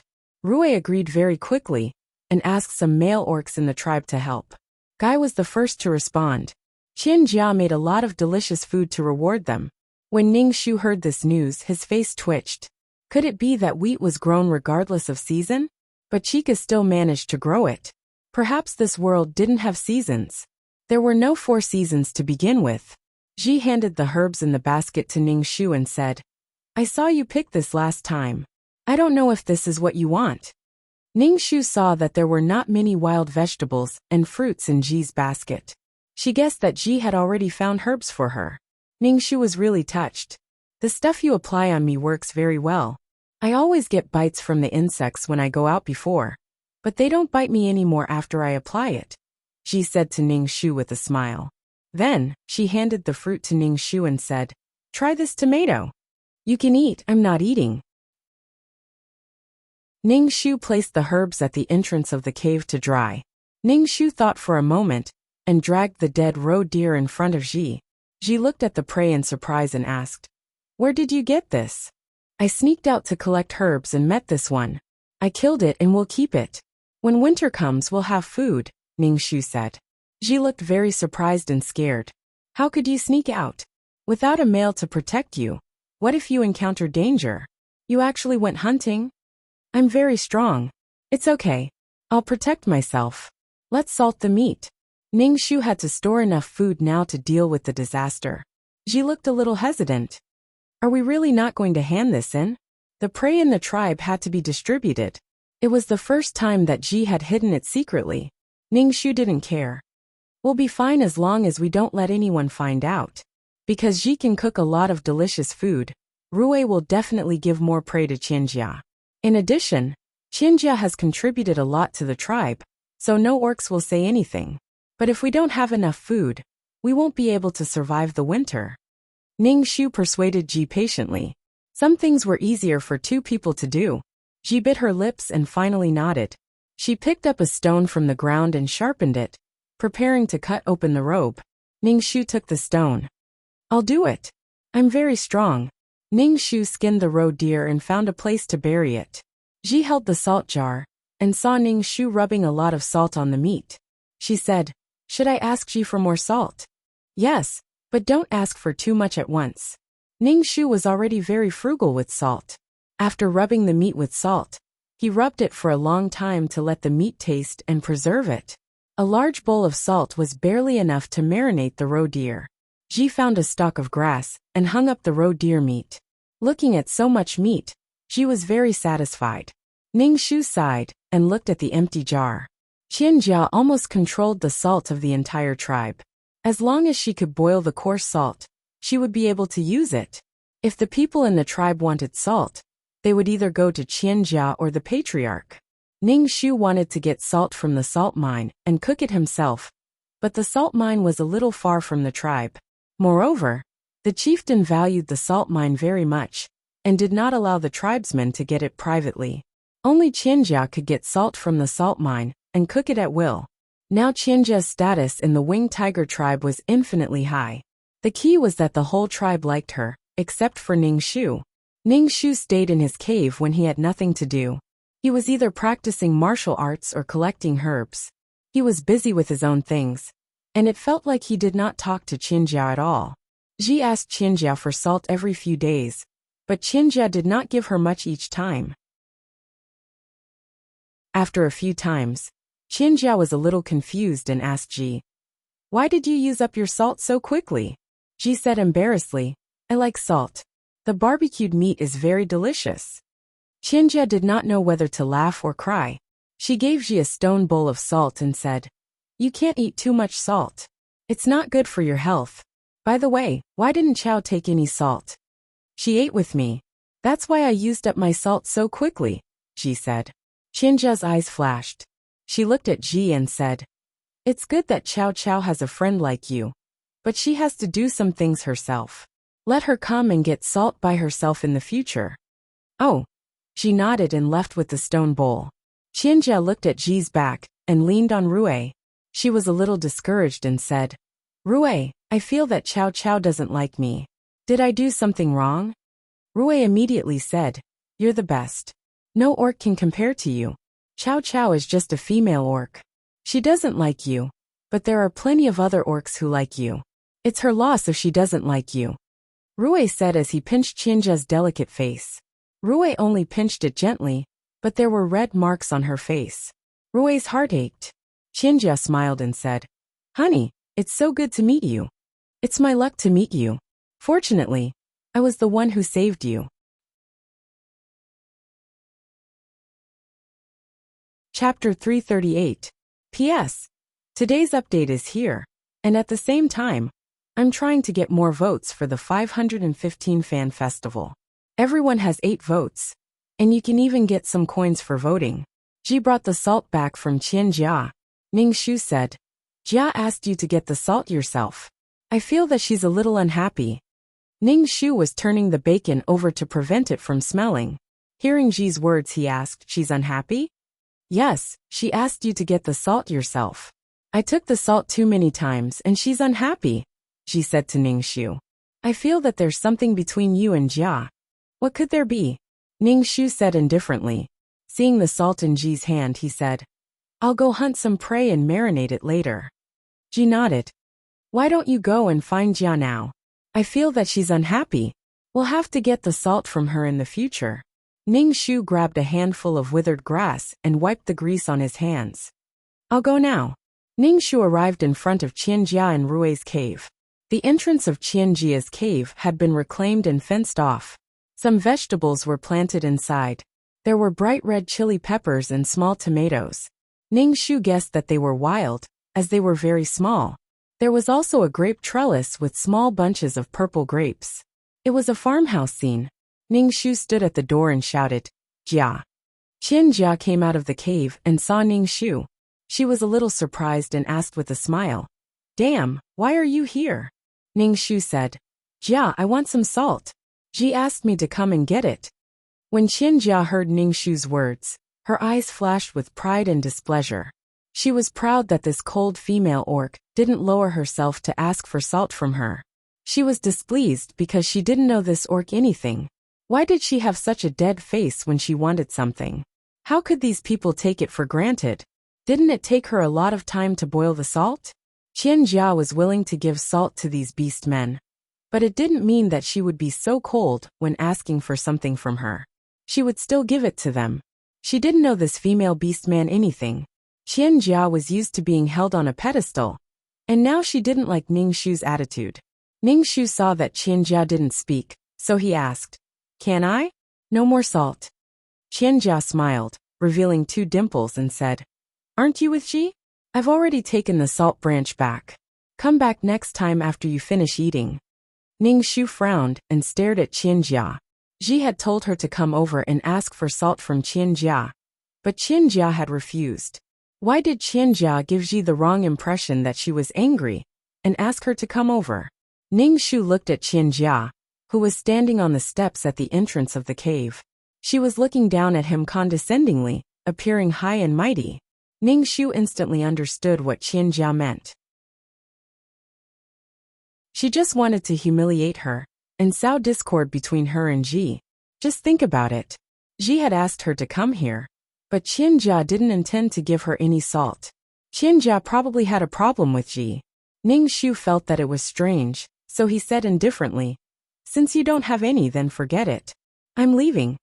Ningshu turned around and left without hesitation. She was afraid that she wouldn't come here to ask for salt in the future. It seemed that she really had to go to the salt mine to steal salt. She didn't have any sense of belonging to this tribe. She felt that now the winged tiger tribe had become Qianjia's territory. Qianjia saw Ningshu leave without hesitation and felt offended. She felt that this female beast man was really annoying. She called out to Ningshu, Fuck, wait a minute. Ningshu turned his head and looked at her. Qianjia suddenly didn't know what to say when Ningshu's cold eyes stared at her. Well, we're going out of the tribe to look for something tomorrow. This time it's full. I'll take you out next time, Qianjia said. Now all the female beastmen in the tribe liked to go out with her. Every time they fought for the quota, they would break their heads. Ningshu sneered and said unceremoniously, Jia, don't you think you're making people uncomfortable? If you don't want to take me, I won't go. Why are you saying this to me? Do you want me to beg you to take me? Qianjia looked at Ningshu in shock. For a moment she was tongue-tied. She obviously didn't expect him to say something so embarrassing. She stuttered, I didn't think so. Then what do you think? Ningshu said indifferently. Do you think that you're so great just because you're a goddess sent by the gods? Everyone has to flatter you.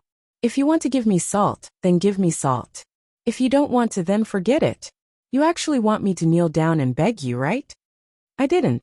Qianjia was so angry that her body was trembling. Ever since she came to this world, Qianjia had never hated anyone so much. She felt that the other party had cut open her heart. Some of her thoughts were exposed under the sun.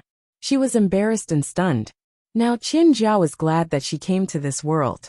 Although there were no planes, cars, computers, cell phones, or anything else in this world, she was unique. In this world, she was the only one who looked good. Here, she felt that she was needed, loved, and valued. She was no longer the ordinary girl she used to be. Here, she could casually do something that would bring her praise. Praise made people happy. So she was very dissatisfied with the attitude of this female beastman called Grass. She changed the entire tribe, but this female beastman treated her like this. Grass, I don't know what I did to offend you. I know you've never liked me. Tell me, what did I do to make you uncomfortable? Qianjia was so angry that she was about to cry. She had never been treated like this since she came to this world. Ning Shu retorted sarcastically, What did I do to offend you? Why do you dislike me so much? Ji is an innocent female. You want to sow discord between Ji and me? Are you still a pure goddess? Won't the gods blame you for this? When did I sow discord between you and Ji? Don't slander me. Qianjia couldn't help but raise her voice. What does it have to do with you whether I'm a goddess or not? Qianjia clearly knew that she was not a goddess, but an ordinary person who had transmigrated from another world to this place. She was also baffled to be called a goddess, but she absolutely would not allow the other party to insult her like this. On this side, Ning Shu and Qianjia's quarrel was very loud. Rui came out of the cave, and many beastmen gathered around. What's going on? Rui saw the angry look on his little female's face. He had never seen Qianjia like this. Tears were rolling on her long eyelashes, and it was very distressing to see her like this. Qianjia pursed her lips and shook her head, not saying anything. Everyone looked at Ning Shu. They looked at Ning Shu with condemnation in their eyes. Guy reached out and pulled Ning Shu, saying, Stop it. Qianjia just came to the tribe not long ago. You shouldn't quarrel with her. Ning Shu shook off Guy's hand, frowned, and said coldly, Why are you pulling me?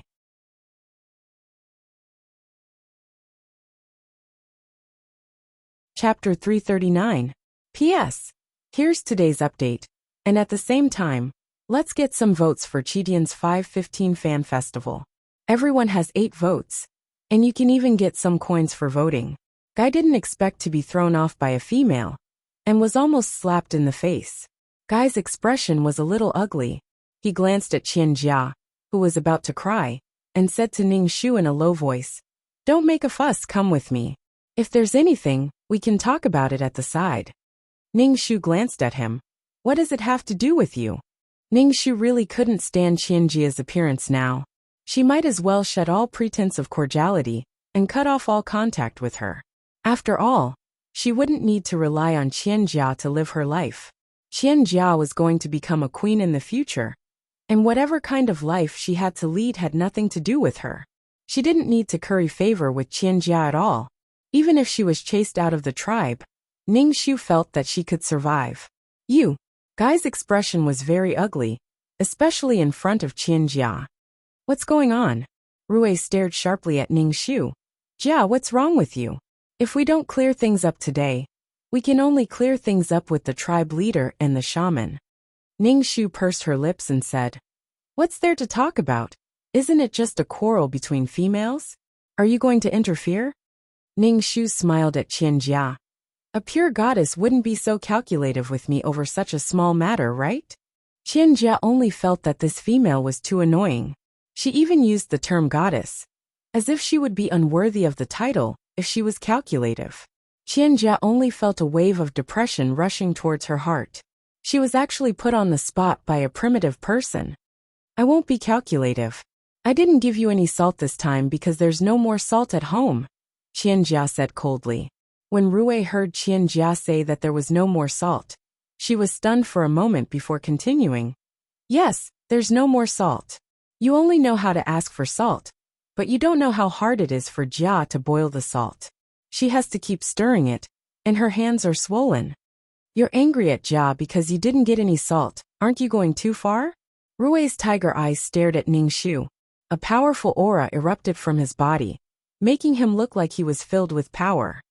Haha. Ningxu looked around and saw that the male orcs were all dissatisfied with him. He felt very bored. It was impossible to reason with these people. Qianjia was the only one in their hearts. Qianjia was the best, and anyone who went against her was a bad person. You know what happened? Ningxu pointed at Qianjia, and then at himself. I know. Ningxu turned around and left. Jia, don't be too sad. I'll go find Chao and ask him.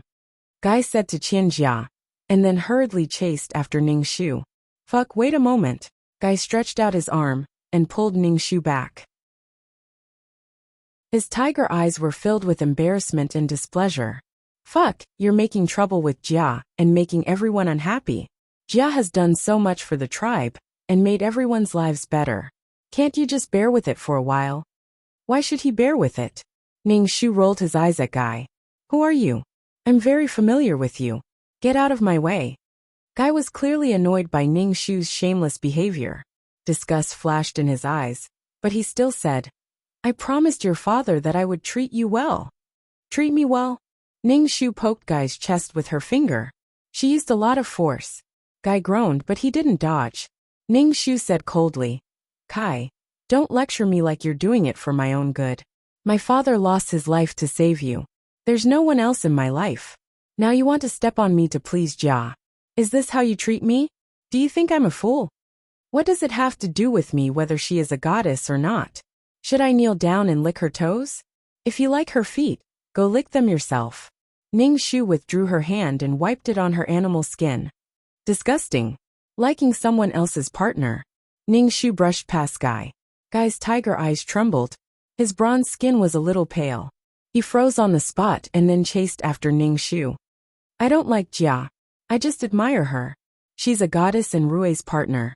I've never thought of liking her. Don't go around spreading rumors. Ningxu was full of disgust for Guy. Even primitive people were so shy. Ningxu rolled his eyes and left. Men were like this no matter what world they were in. It was simply disgusting. Especially men under the Mary Sue halo. They were even more unsightly. It was as if they had Chinibyu cancer. The female lead was everything in their lives. Just looking at her was enough to make them lose their appetite. Ningxu pointed at Guy. Don't talk to me when you see me in the future. Otherwise, I'll announce to the whole tribe that you like Rui's partner. You're drooling like a wolf every day. Let's see how you can stay in this tribe. You. Guy's sword-like eyebrows furrowed deeply. His expression was very ugly. There was anger on his face, as well as embarrassment and anger. Fuck, how can you be such a person? Ningxu. Haha, back in the cave, Ji was weaving a basket. Seeing that Ningxu's hands were empty, Ji asked, Didn't you take any salt? Don't mention it. I quarreled with Jia. This has nothing to do with you. You can do whatever you want. Ningxu weighed the basket and said, Ji, weave a bigger basket. I'm going to the salt mine tonight to move salt. Ji's expression changed immediately. She quickly asked, Ji, you're going to the salt mine? Do you know where it is? The chief said that no orcs in the tribe can take salt without permission. If they find out, they'll be kicked out of the tribe. It's better to go at night. It's too dangerous. Ji, what's wrong with you? Ji looked at Ningxu worriedly. Ningxu took a wooden stick that was as thick as a child's fist and sharpened it on a stone. That way it would be more lethal. Everything is for survival. I've quarreled with the goddess this time. She won't give me any salt in the future. You have to ask her for it. If we don't have enough salt, we can't store food. I'll go get some salt and we'll cook it ourselves. If I'm found out, you can say that you didn't know anything and that I did it. Ningxu sharpened the stick in his hand. When the stick was sharpened, he mashed some herbs and smeared them on his body. Ji saw that the sky was getting dark. Just looking at it made people scared. She didn't want to let Chao take the risk. She said, Chao, don't go. It's too dangerous at night. We already have so much meat. It's enough for the two of us. If the chief finds out, we'll be punished. This amount of meat is far from enough. Don't worry, I'll be fine. Ningxu smeared the mosquito-repellent herbs all over his body and carried the basket on his back. The shoulder strap made of old rattan was a little painful. He took the stick out of the cave. Ji watched Ning Shu's figure disappear into the darkness. It was as if he was swallowed by the darkness. Ji felt very uncomfortable. He sat in the cave and waited for Ning Shu anxiously. Chapter 340. P.S. Here's today's update. At the same time, I'm trying to get votes for Chidian's 515 Fan Festival. Everyone has 8 votes, and you can even get some coins for voting. There were 3 moons in the sky, shining brightly on the world. Ning Shu shuttled through the forest with a wooden stick in his hand. Every time he passed by a place, Ning Shu would break some branches to make a mark. There were many nocturnal animals in the forest. Ning Shu encountered a bat the size of a millstone. Its entire body was black and ferocious. When it opened its fleshy wings and pounced on people, it made people feel terrified. Ning Shu held a long wooden stick and used his chi to pierce through the bat. The bat screeched sharply, and its smelly blood splattered on Ning Shu's face. It was so warm that it made people feel nauseous. However, Ning Shu's stab was like poking a hornet's nest.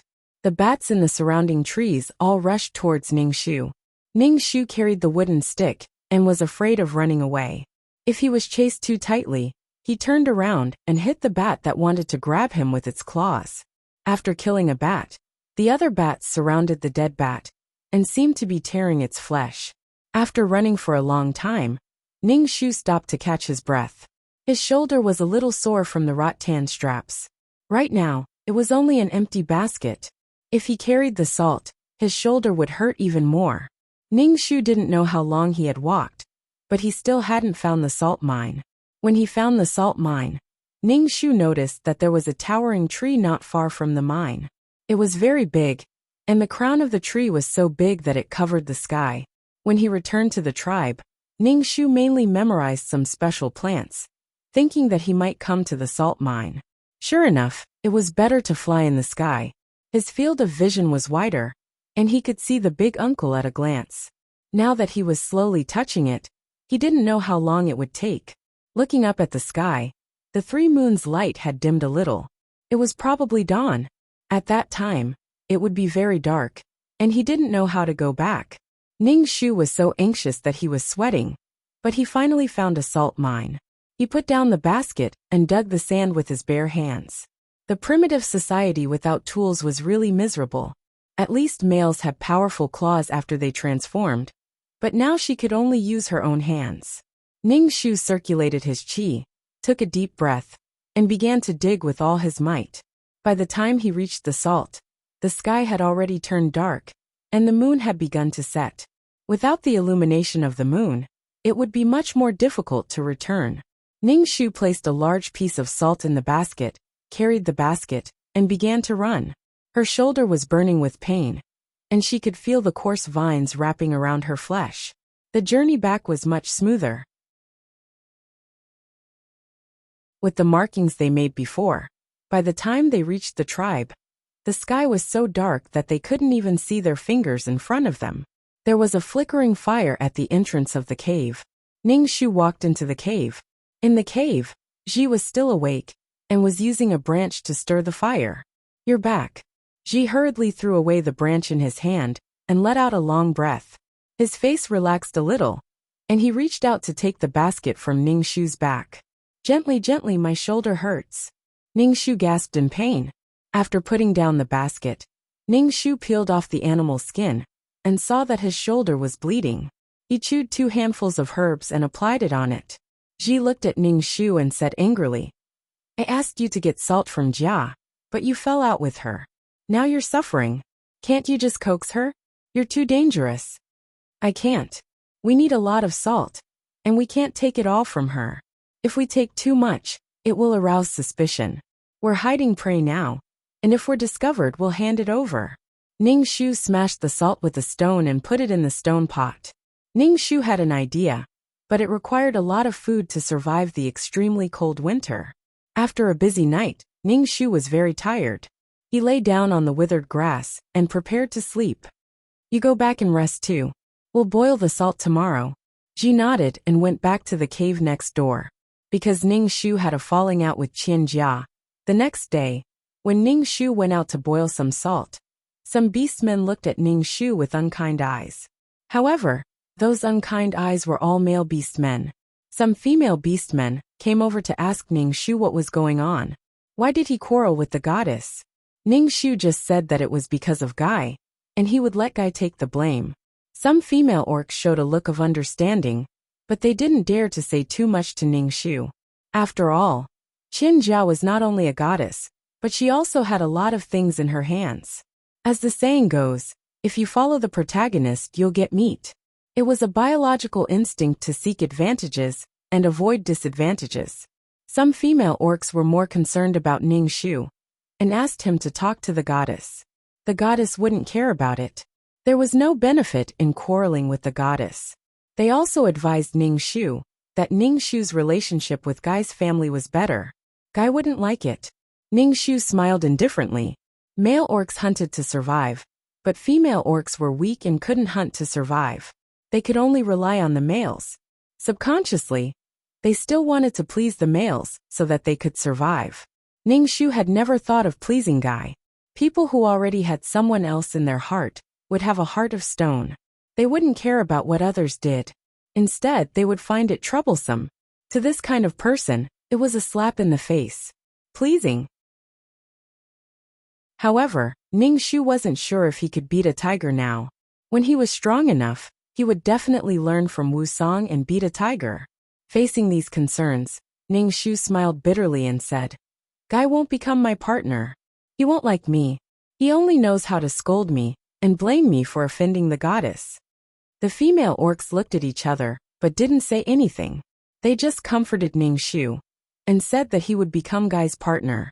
At the same time, they understood Ning Shu's pain of not caring about such an excellent partner. No wonder this insensible female had quarreled with the goddess. Ning Shu curled her lips. She couldn't be bothered with these trivial matters. She had a lot of things to do. She felt that the orcs now were a little greedy, especially the male orcs. In the past, the heavy responsibility of hunting was placed on them. The burden of the entire tribe's survival was placed on them. Now because of Qian Jia, they found a lot of food, which greatly reduced their burden. Now they were either thinking about Qian Jia or thinking about love and hate all day long. When Qian Jia called them, they would run over. Because of a lot of salt, Ning Shu didn't have to worry about hunting. In the past, when he encountered stronger prey with more meat, he didn't dare to hunt. He was afraid that there wouldn't be enough salt, and the meat would go bad if he dragged it back. Now he had no scruples. Every time Ning Shu dragged the prey back, Ji would think that the prey was dead, and that Chao would pick it up just like that. Now, Ji and Ning Shu cooperated seamlessly. The ventilation of the two holes was full of bacon. Looking at the bacon, Ji was very satisfied. I've never seen so much meat. Should we continue? Ning Shu nodded. Of course, the more the better. There would never be enough food. Chapter 341. P.S. Here's today's update. And at the same time, I'm trying to get more votes for Chidian's 515 Fan Festival. Everyone has 8 votes. And you can even get some coins for voting. However, with so much meat hanging in the cave, they would eventually be discovered. Ning Shu wanted to store more meat before winter came. We have to move to another place. I found a big cave when I was hunting. Let's put the meat in the cave, Ning Shu said. Take the meat outside the tribe. Ji asked. We'll be discovered sooner or later. Are you willing to hand over so much meat to the tribe? Ning Shu looked at Ji and asked. Ji's heart suddenly ached, and her face became distorted. She immediately said, Okay. Ning Shu and Ji started to work. They put the dried bacon into a basket and prepared to send it to the big cave at night. However, Ji had never left the tribe at night. There were always rustling sounds in the forest, and the shrill sounds of strange birds, which made their hair stand on end. Ji, who was standing beside Ning Shu, was trembling. It's okay. I'm here. Ning Shu's voice was very calm, and Ji's heart calmed down a little. Ning Shu saw that she was walking slowly, so he moved some bacon from her basket to his own basket. Ning Shu found the big cave when he was chasing a wild boar. It was very big, and there was a water source in the cave. It would be a very good shelter. Ji put down the basket, looked around, and felt that the cave was really big. Ning Shu first poked the soil with a sharp stick, then began to dig the soil with sharp stones, preparing to dig a big hole. Damn, what are you doing? Ji asked with some confusion. Ning Shu said while working. Are we just going to put the meat here? There are so many animals in the forest. They will drag the meat away, cover it with big leaves, and bury it underground. Okay. Ji quickly took a stone and dug the hole. Ning Shu smacked his lips. His fingers were full of barbs. How great would it be if female orcs could also transform? They could use their claws to dig the ground. The two of them busied themselves for a long time before they finally dug out a hole that was half the height of a person. Ning Shu covered the bottom of the hole with a large leaf, and then placed the bacon on top of the leaf. Ji, I'll go back and bring the cured meat here. You stay here, Ning Shu said to Ji. Ji's voice trembled. Fuck, I'm scared. Don't be afraid, I'll be back soon. Ning Shu picked up the sharp wooden stick from the ground and stuffed it into Ji's hand. Don't be afraid. Stay strong. I'll be back soon. Ning Shu took the 2 baskets and ran out of the cave quickly. Using his chi, he shuttled through the forest under the moonlight. After returning to the cave, he placed the cured meat in the basket and quickly returned to the cave. In the cave, Ji held the wooden stick tightly. When she saw Ning Shu, she sighed in relief and helped to place the cured meat in the hole.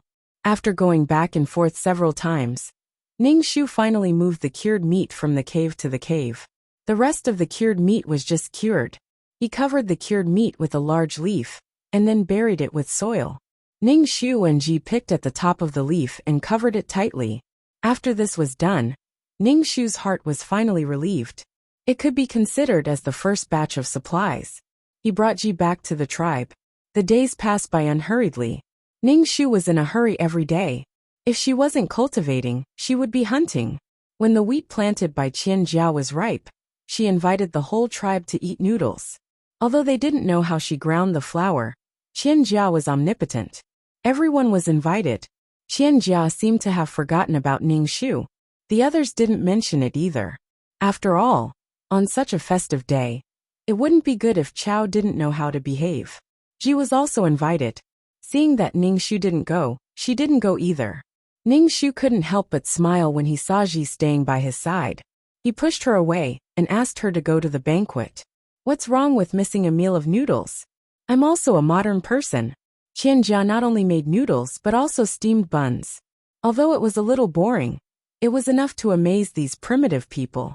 After the meal, the chieftain announced that they would start to plant wheat. Then, tigers were digging in every place in the tribe. Many female orcs began to sow the seeds under Qian Jia's guidance. The whole tribe was in full swing, but it had little to do with Ning Shu. It was probably because of the rumors in the tribe. People in the tribe said that Guy was going to abandon Chow and didn't want to be her partner. Guy came to Ning Shu and asked him to help open up the land for Ning Shu and let her plant some food. Ning Shu refused with a straight face. Guy frowned and said with an unhappy expression, "You can also have a special harvest by planting some wheat. Do you want to wait for a little prey every day? How are you going to survive the winter?" "How I survive is none of your business." Ning Shu didn't want to talk to Guy. Guy was originally kind, but he was very unhappy with Ning Shu's attitude, especially when he saw that she was so lazy. Compared to Qian Jia, Guy was even more dissatisfied with this future partner of his. He was very annoyed. Thinking of becoming Chow's partner, Guy's heart turned cold. Ji also got some seeds and asked Ning Shu if he wanted to plant them. Ning Shu shook his head and let her do it herself. Ning Shu looked up and saw that there were already 5 moons in the sky. Winter was not far away, so he sped up his hunting speed. In a few days he would go to the salt mine to steal salt. Ning Shu's strength was getting stronger and stronger, but he didn't dare to relax at all. With a little more strength, he could save one more abandoned person. Qian Jia also made pottery pots. She made clay pots by kneading mud into the shape of pots and burning them at a high temperature. Qian Jia failed several times and finally succeeded once. After that, her success rate became higher and higher. The corner of Ning Shu's mouth twitched. Why was everything always so simple in her hands? How could making pottery pots be so simple? Qianjia's pottery pots caused a huge response in the tribe. It was really convenient to have a pottery pot. It could be used to make bowls and vessels to hold water. However, this technology was exclusive. Qianjia told everyone her method, but the female orcs were not as successful as Qianjia. Occasionally, there were two who succeeded. Ji also got a pottery pot. When Ji went to ask Qianjia for salt, Qianjia generously gave her a pottery pot to hold salt. Although there was enough salt now, Ningxu still asked Ji to ask for salt from Qianjia. Ji liked the pottery pot very much and showed it to Ningxu. Ningxu didn't take it to heart. He had seen porcelain pots that were many times more exquisite than this one. This thing was really not that attractive. Qianjia knows a lot. First she discovered the salt mine, then she planted wheat. She knows a lot. She is really a goddess sent by God. Ji praised Qianjia. After all these things were true, the entire tribe had undergone earth-shattering changes, changing with each passing day. Ningxu nodded. The goddess is naturally different from us. Standing on the shoulders of giants, Qianjia naturally saw further. What she knew was accumulated from generations of predecessors. Chapter 342. P.S. Here's today's update. And at the same time, I'm trying to get more votes for the 515 Fan Festival. Everyone has 8 votes. And you can even get some coins for voting. Ningxu and Ji had stored a lot of meat. Seeing that there was a lot of cured meat, Ningxu slowed down his hunting speed and started to grow herbs. In winter, the whole world would be covered with ice and snow. At that time, it would be impossible to find herbs, not even a single weed. He tied up the dried herbs and wrapped them in animal skin. Not long after the pot became hot, Qianjia started to build a house again. She couldn't stand the humidity in the cave, and the air was not circulating. Qianjia complained to Rui that people in her hometown lived in houses, and living in a cave would make her a caveman. Although Rui didn't know what a caveman was, he remembered it, and said that he wanted to build a house for Qianjia. Qianjia was suddenly interested, and decided to build a house. She had wanted to live in a cave for a long time, and there were a lot of insects. Qianjia also knew that this place was made of bricks, so she asked people to collect stones to replace the bricks. Then the whole tribe became busy, looking for stones everywhere. There were all kinds of stones. Qianjia liked the granite that guy found, because it was very hard. Without cement she used mud. Qianjia was very smart, and used the mud from the fish pond in the river. This kind of mud had a high viscosity, and could replace cement. Under Qianjia's command, a very simple house was built with a thatched roof. Although it was just a simple house with a door, a window, and a Kong in the room, Qianjia was very excited and rolled around on the Kong. When the chief saw this, he immediately asked his son to build a house like this for him. Houses became a new thing in the tribe. They had always lived in caves, and they didn't expect to live in a place like this. Even Ji went to look at the houses every day. Gradually, there were more and more houses in the tribe. Seeing such houses, people didn't want to live in caves anymore. Ji was very envious. Ningxu asked, "Damn, should we also build a house?" Boring. Winter is coming soon, and the thatch won't be able to support the weight of the snow. All the snow will crash into the house, Ningxu said indifferently. Ji didn't say anything, but she didn't say anything about building a house either. Ningxu told Ji that if the cave was really humid, she could sprinkle burned charcoal or dried grass ashes on the ground. It should be able to absorb moisture. Ningxu would scatter the ashes in the room every time. Ningxu felt that the weather was getting colder. When he rested at night, he had to cover himself with animal skins. Winter was coming. The shaman called Ningxu in front of him and asked Ningxu if he had a communication stone. Ningxu had long forgotten about this matter. Ningxu rolled his eyes and said, "I have no way to communicate with the divine stone." Disappointment flashed through the shamanist's eyes. "It seems that God didn't choose you. Shaman, did God tell you that Qianjia is a goddess?" Ningxu had always been curious about why the shamanist thought that Qianjia was a goddess. The shamanist's eyes were a little fascinated. "Look at her clothes. Only God can wear such clothes. Did I see God wearing such clothes? Ah!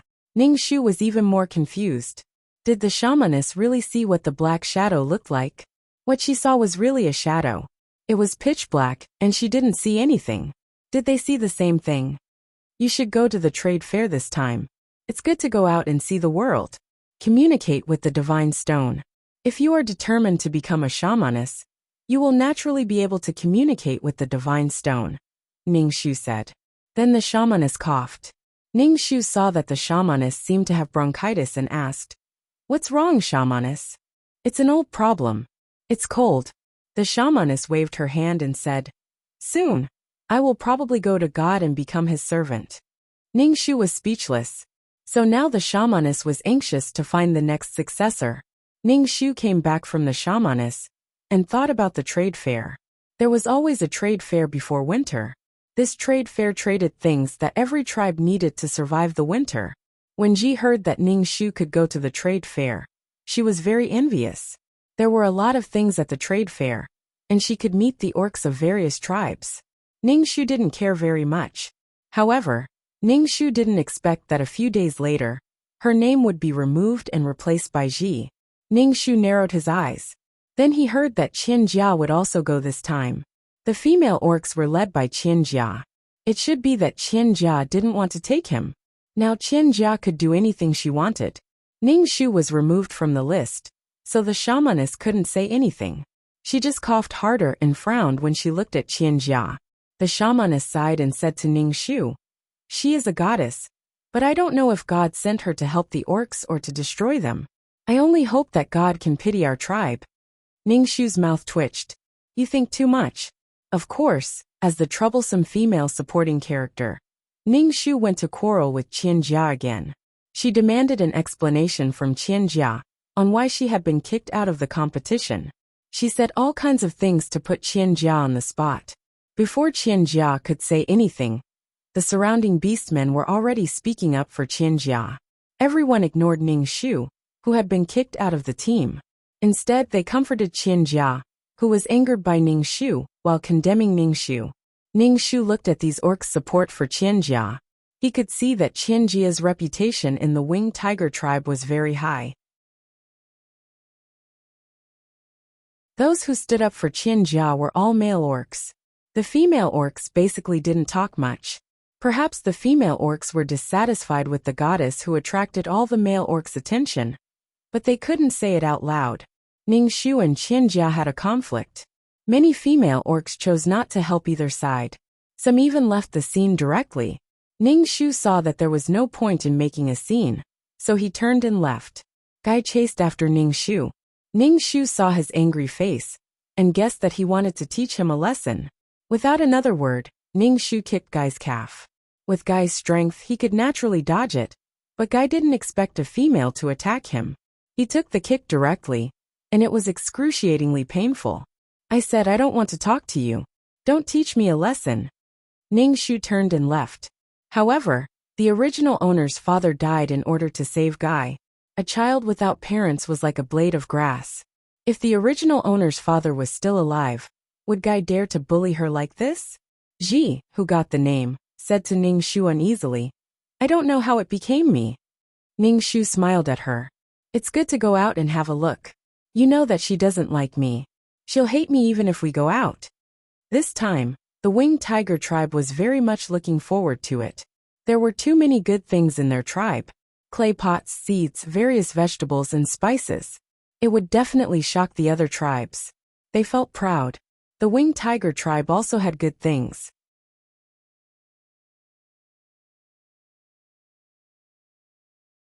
Chapter 343. P.S. Here is today's update, and at the same time, I'm trying to get more votes for the 515 Fan Festival. Everyone has 8 votes, and you can even get some coins for voting. When Ji was about to go to the trade fair, Ning Shu went to send her off. Ji brought a lot of things with her, thinking that she could trade something good at the trade fair. When they arrived at the ritual square, Ning Shu and Qian Jia looked at each other. Ning Shu rolled his eyes and ignored her. Ning Shu was excited and scared at the same time. He said to Ji, "If you need anything, go to the leader of the orcs. He's old and experienced. Relying on these young male orcs? Haha. Ji nodded. Ning Shu said, "Hey, what do you want? I'll bring it for you." "No need." Ning Shu gave Ji a bag of poison and said, "If you're in danger, sprinkle this. Don't smell it yourself." Ji put away the unknown powder and nodded. Qianjia saw Ning Shu rolling his eyes at her and ignoring her. Ning Shu and Ji walked over. "Hey!" Qianjia and Ning Shu shouted. Ning Shu raised his eyes and said, "What? Do you want to quarrel? You know I don't like you now. But you still want to get close to me. You did it on purpose. You deliberately let these male orcs attack me. Didn't you?" "Goddess, I was wrong. I won't quarrel with you anymore." Ning Shu rolled his eyes. "Don't let these male orcs attack me. I know all the male orcs here like you. If you lose a hair, these men will kill me." "Hey!" Ji pulled Ning Shu. Qianjia's face turned red, and she said angrily, "You're so annoying. I want to talk to you about the quota. You're young and have a bad temper. This is the first time a female orc in the tribe will participate in the trade fair. Let you go." "That's enough. It's one thing for you to remove me from the list, but now you're accusing me of being immature and bad-tempered. Goddess, you're a mighty and noble goddess, an emissary sent by God. How could you do such a thing?" Ning Shu's tone was sarcastic. She had tricked others, and now she wanted others to treat her as a good person. Did she think others were stupid? She was trying to sow discord between her and Ji. Qianjia didn't know how to communicate with this female orc. She was so annoying. "Hey, don't make things unpleasant." Guy saw Qianjia and Rui's expressions and Ning Shu quickly. Ning Shu spat at Guy rudely. "When did I make things difficult? I didn't even want to talk to her. But she came to talk to me and removed my quota. Do I have to kneel down and thank her? Don't talk to me. I don't want to see you. My father must be blind to save someone like you." Ning Shu's face was full of disdain. Guy's face darkened instantly. He didn't know that his future partner was such a person. Guy wiped his face. Being said like that in front of Qianjia, especially by his future partner, made him feel like a beast was gnawing at his heart. He was embarrassed, resentful, and a little afraid that Qianjia would look down on him. Since the relationship between Chao and Qian was so bad now, if he really became Chao's partner, he was afraid that he wouldn't be able to interact with Rui's family anymore. Chao was an immature female orc. She could embarrass people by throwing a tantrum. "Hey, can't you talk nicely? Can't you see that Jia is explaining to you?" Guy said helplessly. Ning Shu was speechless. Damn, was this even an explanation? She said this before they left. Was she trying to poke at his heart? "Kai, I'm telling you one last time, if you ever talk to me again, I'll beat you up every time I see you. Do you believe that I know you like this goddess? If you like her, then so be it. Why do you have to target me? What right do you have to make demands of me? Not only do you have no right to make demands of me, you even owe my father his life. My father died because of you, Kai. You're such a person. You don't want to be my partner, but do you think I want to be your partner? You're a disgusting orc who keeps staring at other people's partners." Ning Shu hated Guy very much. He kept asking her, what right did he have? He didn't have any right at all. Guy clenched his fists tightly. His face was distorted. He unconsciously took 2 steps towards Ning Shu. It looked like he was going to hit Ning Shu. Ning Shu raised her chin slightly and looked at Guy coldly. It was best to fight. She wanted to test her strength. She had long wanted to learn from Wusong and fight a tiger. Alright, stop quarreling. I'm in the wrong here." Qianjia reached out her hand and placed it on Guy's chest. She sighed and said to Ning Shu, "Let's talk about this after the trade fair." Ning Shu curled his lips and looked at Qianjia with his arms crossed. "Are you really a goddess? Huh?" Qianjia looked at Ning Shu in confusion. Ning Shu said calmly, "The shamans in the tribe don't have partners in order to maintain their purity. However, the messenger sent by the god is playing with the male orcs. She has the male orc in a daze. Now, her hand is still on Guy's chest. Tsk tisk. Qianjia turned around and quickly retracted her hand. "Damn, I was afraid that you would fight. That's why I stopped Guy. There are so many people here.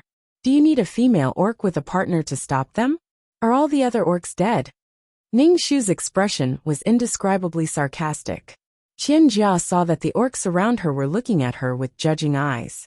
She was so angry that tears were rolling down her face. Aren't you just holding a grudge against me for removing your spot? How can you slander me like this? Qianjia threw herself into Rui's arms and cried. Rui comforted Qianjia and said coldly to Ningxu, "If you continue to cause trouble, I can only kick you out of the tribe." Ningxu patted his chest. "I'm so scared. Kick me out of the tribe. It's good that I don't have to see you disgusting people. The goddess is everyone's goddess. Maybe the goddess has more than one partner. Maybe you'll be lucky." Ningxu pointed at the male orcs. He really wanted to kill these men. Men were really disgusting. "Enough. What do you want?"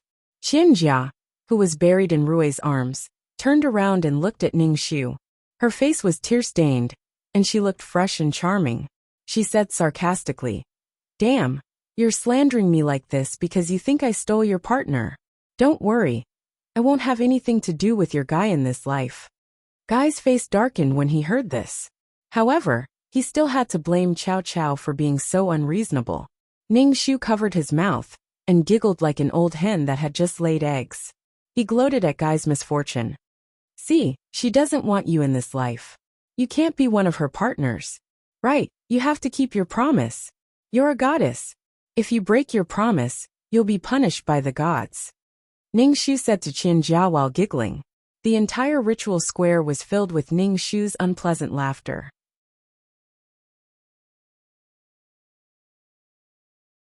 Chapter 344. P.S. Here's today's update. And at the same time, I'm trying to get votes for Chidian's 515 Fan Festival. Everyone has 8 votes. And you can even get some coins for voting. A goddess should act like a goddess. You can't have anything to do with Guy in this lifetime. Ningxu said to Qianjia again. Then he said to the shaman who was covered in feathers, "Shaman, do you think I'm right?" Cough, cough, cough. The shaman coughed as if she was going to cough her lungs out. She didn't answer Ningxu's words. Qianjia's face was cold, and she looked very noble and cold. She looked at Ningxu with disdain and indifference. "Isn't it just because Guy doesn't like you? Do you think Guy will like you just because you're against me? You're just tying him to your side. You can tie him to you, but you can't tie his heart." "Oh, he, who Guy likes has nothing to do with me." Ningxu rolled his eyes and walked in front of the shaman. "Shaman, I don't want to be Guy's partner. You see, he only knows how to bully me and pick on me. He's not satisfied with anything I do." Cough, cough, cough. The shaman coughed twice and spat a mouthful of phlegm to the side. Ningxu was speechless. This old woman just doesn't want to offend the goddess. "Fuck, what do you want? When are you going to stop?" Guy's expression had an uncontrollable rage. First he was rejected by the person he liked, and now, he was humiliated by the grass. She said in front of the shaman that she didn't want to be his partner. Did he want to be Grass's partner? Having such a partner was simply a disaster. However, in front of so many beast men, he was abandoned by such an annoying female beast man. This made Guy feel extremely humiliated. He didn't even dare to look at the beastman's eyes. The thing he didn't dare to look at the most was Qianjia's eyes. Guy was extremely disgusted by the annoying grass. He walked over and wanted to grab Ningxu. Ningxu took a step back and looked at Guy coldly. "You want to fight?"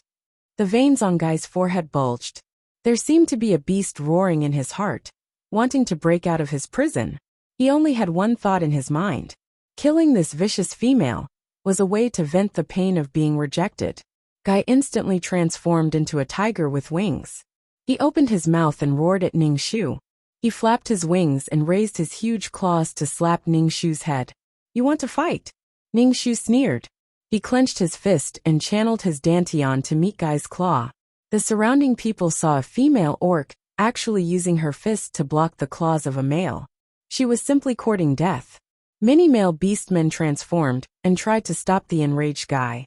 A female beastman could hardly resist the power of a transformed male beastman. The female orc's face turned even paler. Ningxu shouted, "Fuck, get out of the way!" Seeing this scene, Qianjia's eyes flashed, but she didn't say anything. This female beastman had asked for it, and she couldn't blame anyone. She was so vicious that even her future partner wanted to kill her. Ningshu's eyes met Guy's cold tiger eyes. He channeled all the power in his body and directly punched Guy's claw. The moment the claw and fist collided, everyone heard the crisp sound of bones breaking. Under everyone's shocked gazes, Guy fell heavily to the ground. All the beastmen's jaws dropped. They stared blankly at the thin female orc jumping onto Guy's back and punching him. Guy felt that the fists were like huge rocks hitting his body. It was very painful. The worst thing was that he, a transformed male beast man, was actually beaten down by a female. Guy flapped his wings and tried to throw the person on his back off. Ningshu sneered. This time, I must beat you up so that you won't dare to talk to me in a condescending manner. I'll make you take a detour when you see me in the future. If he wanted to please Qianjia, he had to see if he had the ability.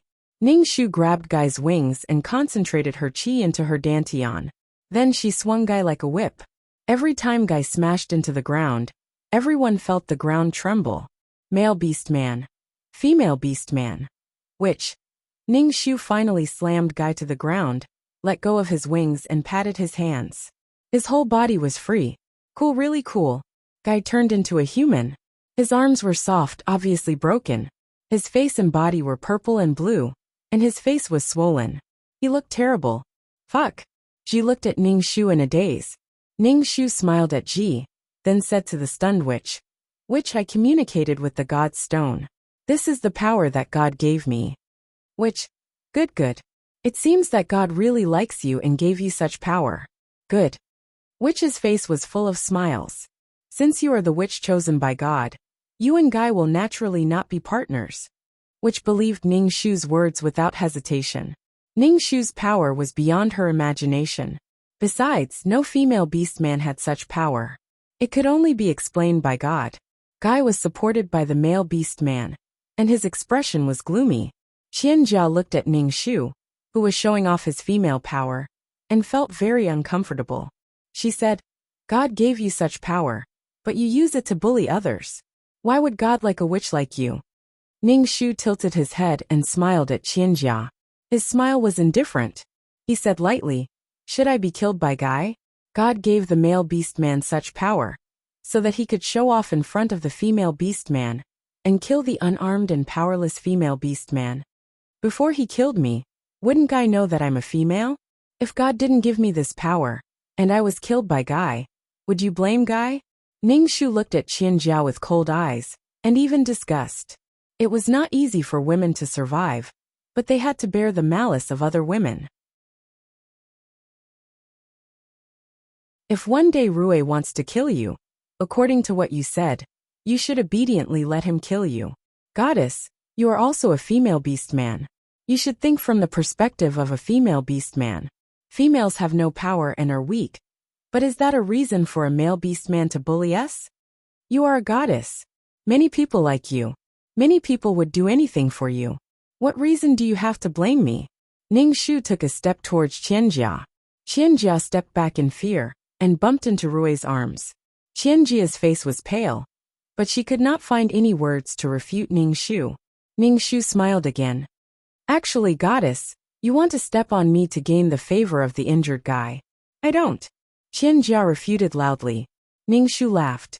He clenched his fist and blew on it. He looked around at the male beastmen. The male beastmen who met Ningshu's gaze all looked away. Rui felt that something was wrong. In the past, the tribe was united, but now the tribe was facing a crisis. Rui clearly felt that the tribe might fall apart. He would be the future junior patriarch of the tribe, so he must eliminate this crisis. The female beastman Grass would be the next shaman of the tribe, but now Grass and his partner were like fire and water. It was a kind of harm to the entire tribe.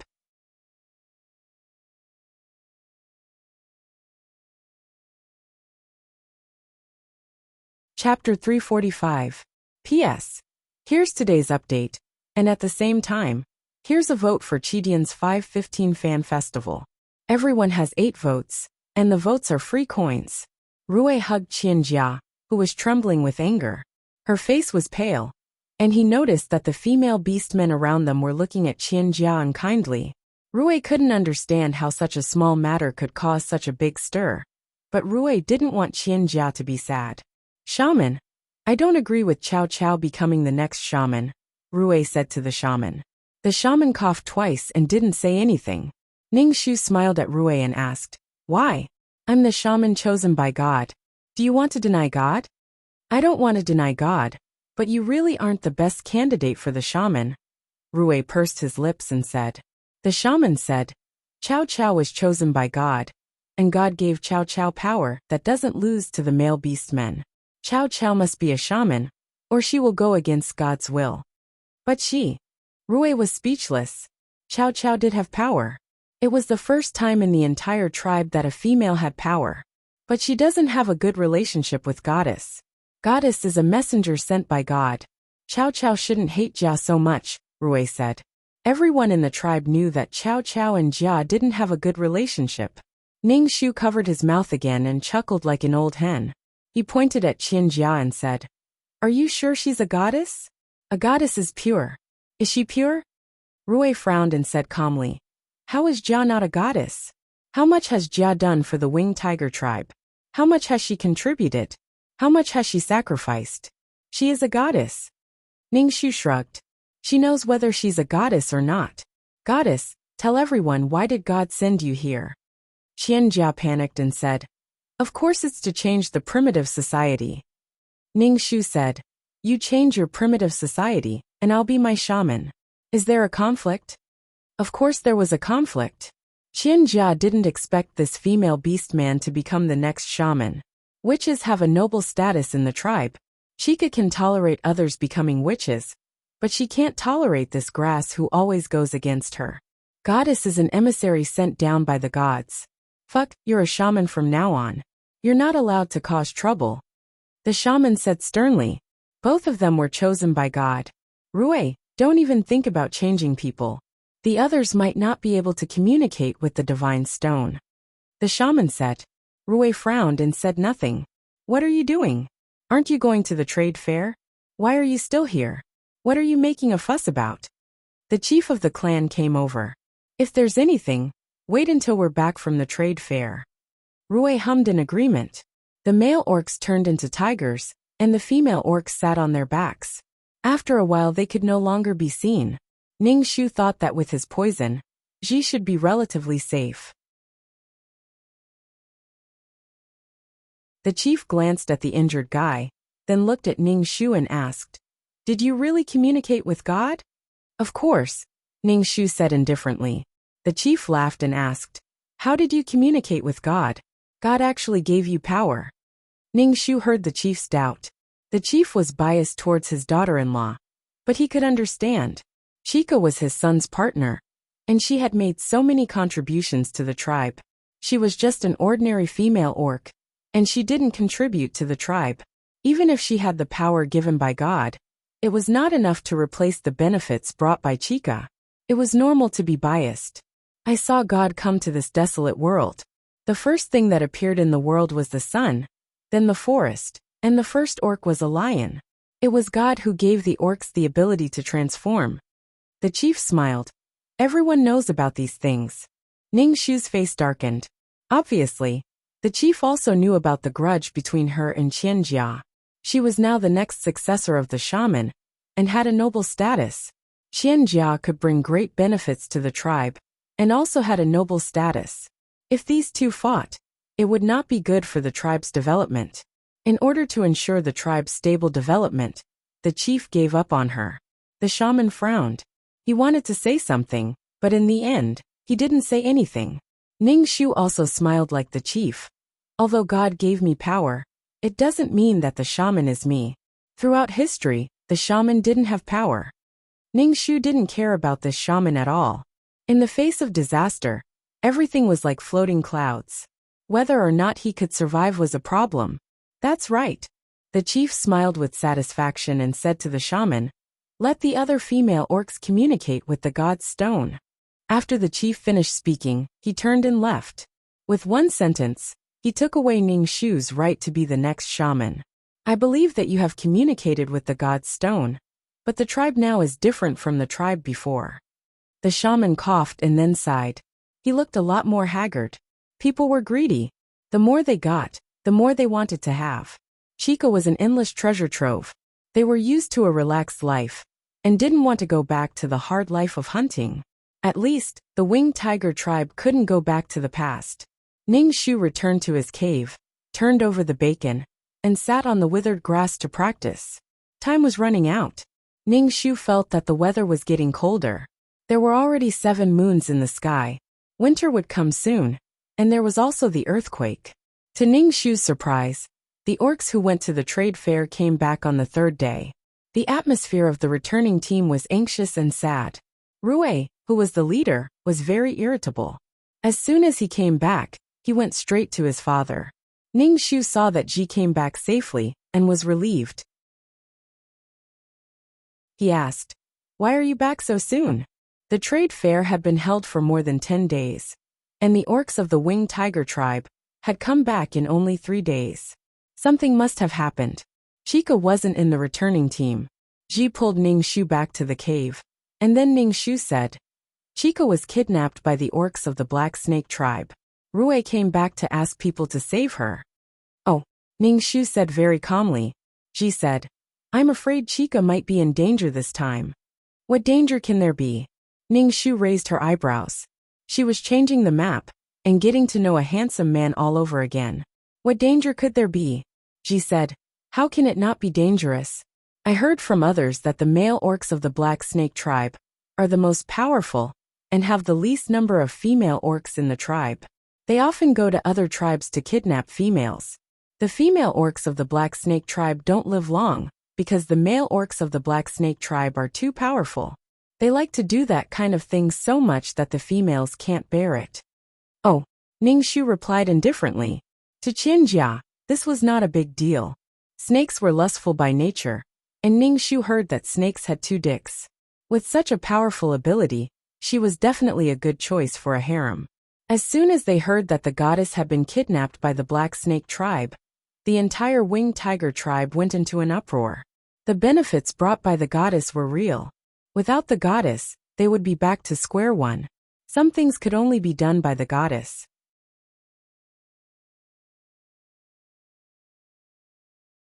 Chapter 346. P.S. Here's today's update, and at the same time, I'm trying to get more votes for Chidian's 515 Fan Festival. Everyone has 8 votes, and you can even get some coins for voting. The male orcs in the tribe went in and out every day, and when they came back, they had some wounds on their bodies. Obviously, they went to the Black Snake tribe to ask for Qianji, but the Black Snake tribe did not let her go. The 2 sides fought. It was Guy, who was injured by Ning Shu before. He ignored the wounds on his body and fought with the Black Snake tribe's orcs. He was almost on par with Rui. Those who did not know would think that Qianjia was his partner. Ning Shu did not care about it. Perhaps when these male orcs were fighting with their lives, Qianjia was having fun. Ji was a little worried, and the whole tribe was in a state of panic, so it was inevitable that it would affect Ji. Ning Shu despised him in her heart. This was what it meant to run before learning how to crawl. Clearly, he had not developed to that stage, and had not developed himself. He had placed all his hopes on Qianjia. Without Qianjia, everything was numb. "Damn, do you think she will be okay?" Ji asked Ning Shu. Ning Shu said indifferently, "She is a goddess. Wherever she goes, she will be worshipped. What can happen?" The whole tribe was in a mess. Every time Ning Shu swaggered out of the tribe with Ji, no one cared about them. They went hunting with Ji and swaggered back with their prey. Even if they saw them, no one cared about them. Haha. Ning Shu took Ji out to pick herbs, and told her the medicinal effects of the herbs in detail, so that she could learn from them. Ji did not expect that these ordinary weeds would have such an effect. She learned very seriously, and many times she could not remember, so she had to ask Ning Shu to repeat it twice. Ning Shu also taught her patiently. This method reminded Ning Shu of the miracle doctor, who had a heart disease. He did not know how the miracle doctor was now, but with the little radish by his side, he should not be so lonely. There were too many injured male orcs in the tribe. The shamaness was already old, and when the weather turned cold she coughed. She was too busy to ask Ning Shu for help. Ning Shu brought Twig to the shaman's cave. He saw many injured orcs at the entrance of the cave. They were either sitting or sleeping. They all had wounds on their bodies.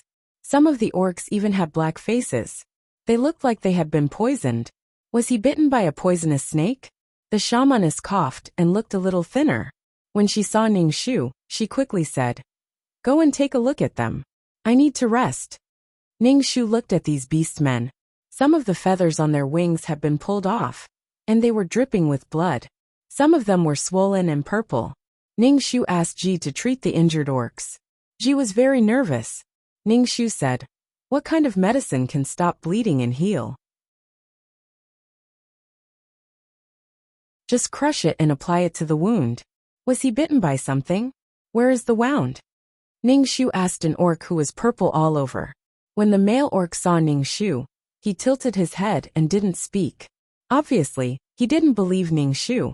Ningxu turned around and went to check on the next person.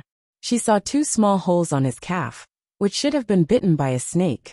Ningxu knew from the shaman that the black snake tribe raised all kinds of poisonous snakes. Ningxu cut the skin with a sharpened stone. Then black and smelly blood flowed out. Ningxu squeezed the wound with his hand. When the blood turned red, he stuffed a handful of herbs into his mouth, chewed them, and applied them to the wound. As for whether it could be detoxified, it depended on the heavens. This was the best she could do. The shamaness asked curiously, "How did you think of this?" "We female orcs have to bleed every month. It's dirty. It's the same if you're bitten by a snake," Ningxu said with a smile. The shamaness was speechless. However, the shamaness thought it was a good idea, so she helped. It seemed to be effective. Perhaps it had something to do with the orc's strong physique. They recovered quickly, but these orcs couldn't fight.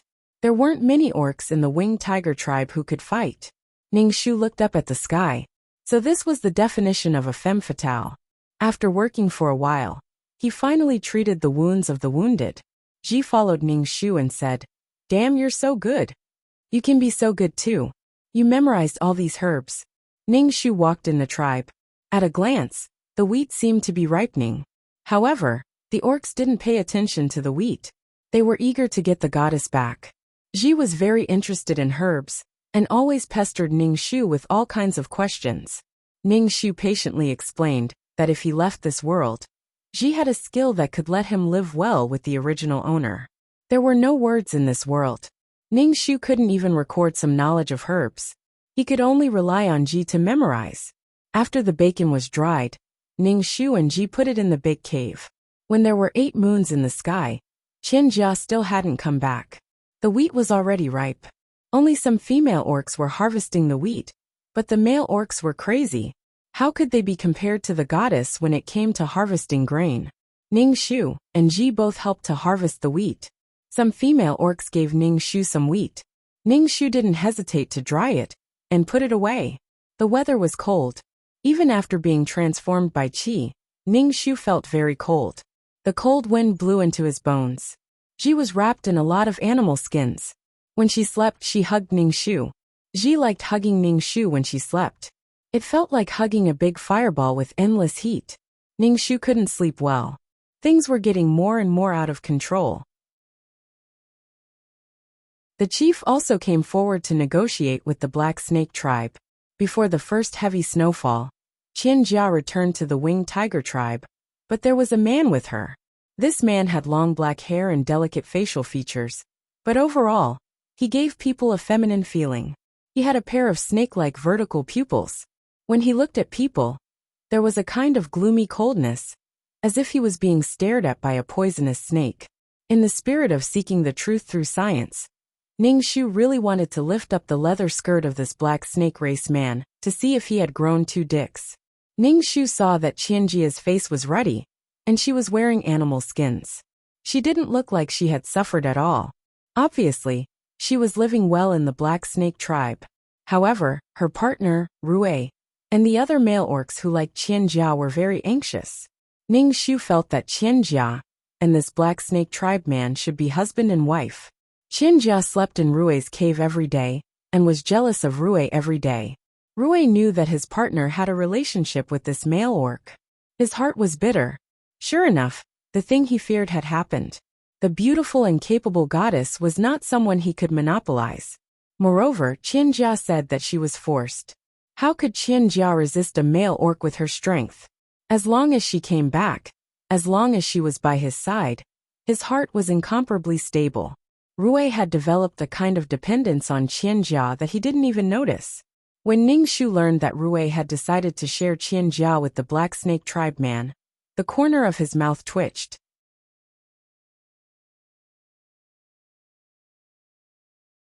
Chapter 347. P.S. Here's today's update. At the same time, I'm trying to get votes for Chidian's 515 Fan Festival. Everyone has 8 votes, and you can even get some coins for voting.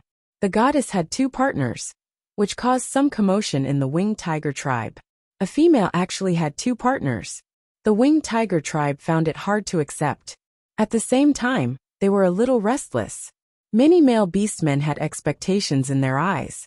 Obviously, they wanted to join this big harem family, especially Guy. Since Qianjia returned to the Winged Tiger tribe, he had been very attentive to her. Obviously, he saw hope. Ningxu just sneered at this.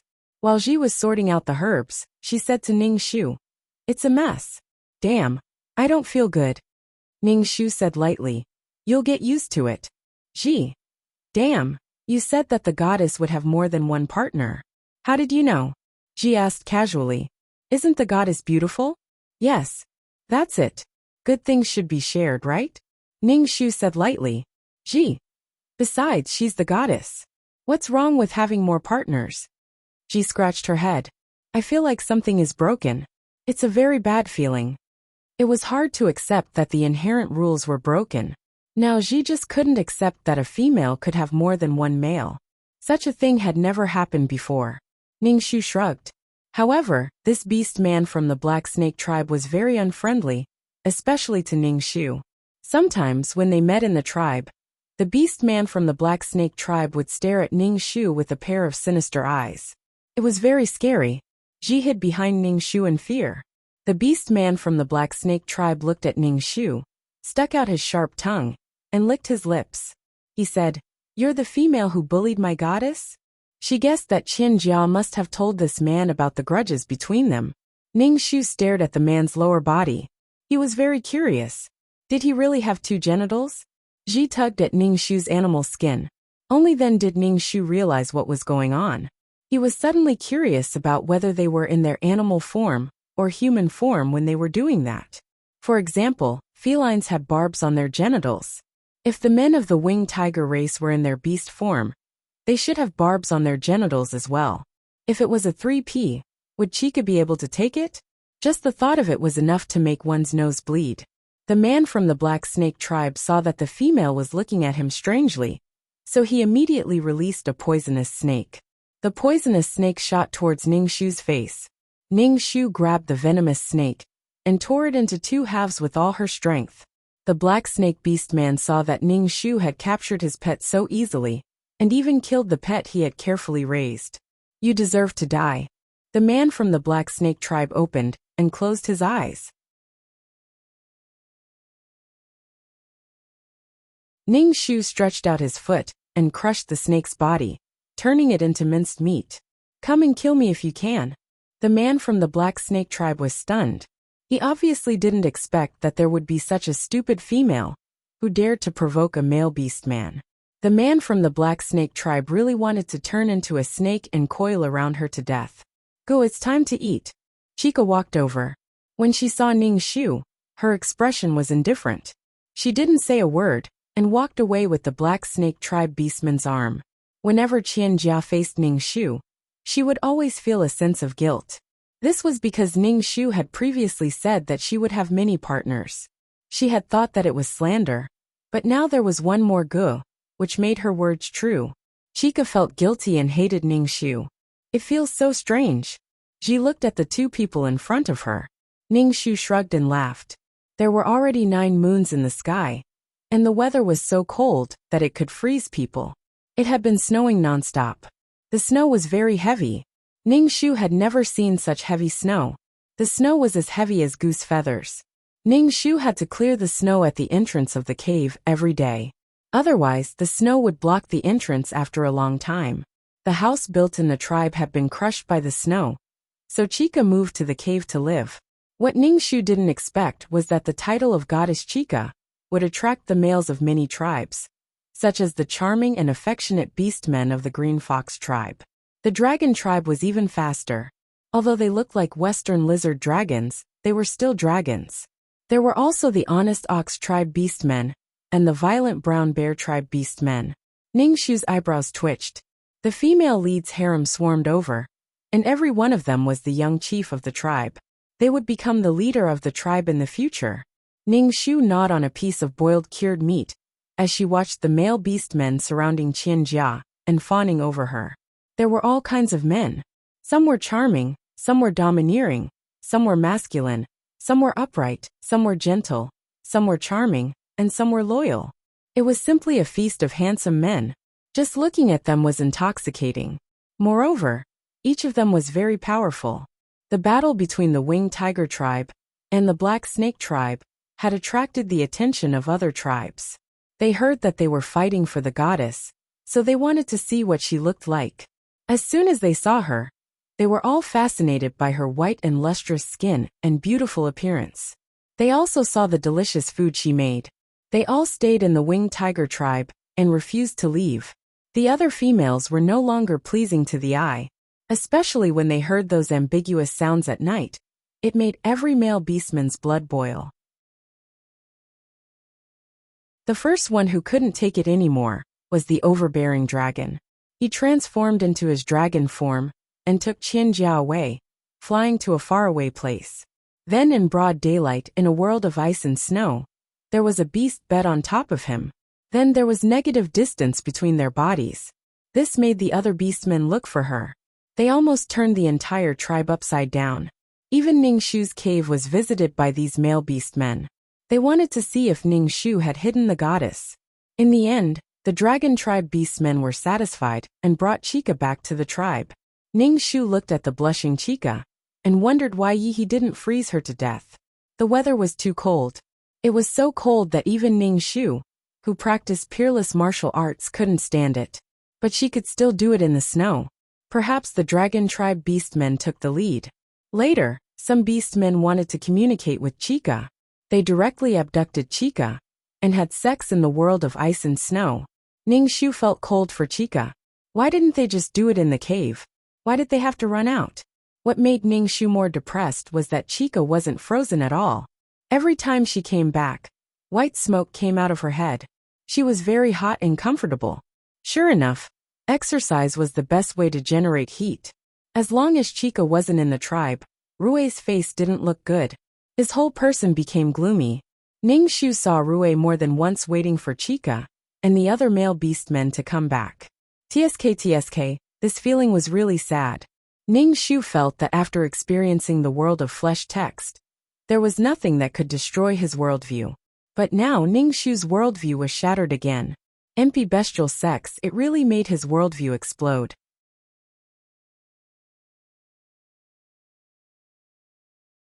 Chapter 348. Qianjia lived a happy life every day, but Ningxu felt very anxious. His heart was palpitating, and his hair was standing on end. Sometimes, when he went out of the cave, he could see snakes that were supposed to be hibernating were actually crawling in the snow. Rats were in groups, and the ones behind were biting the tails of the ones in front, running away in a hurry. In the river that was already covered in thick ice, he could hear the water bubbling under the ice. Ningxu knew that an earthquake was coming. Ningxu didn't sleep every night and meditated until dawn. After swallowing several spirit marrow crystals, Ningxu's strength had increased by a lot.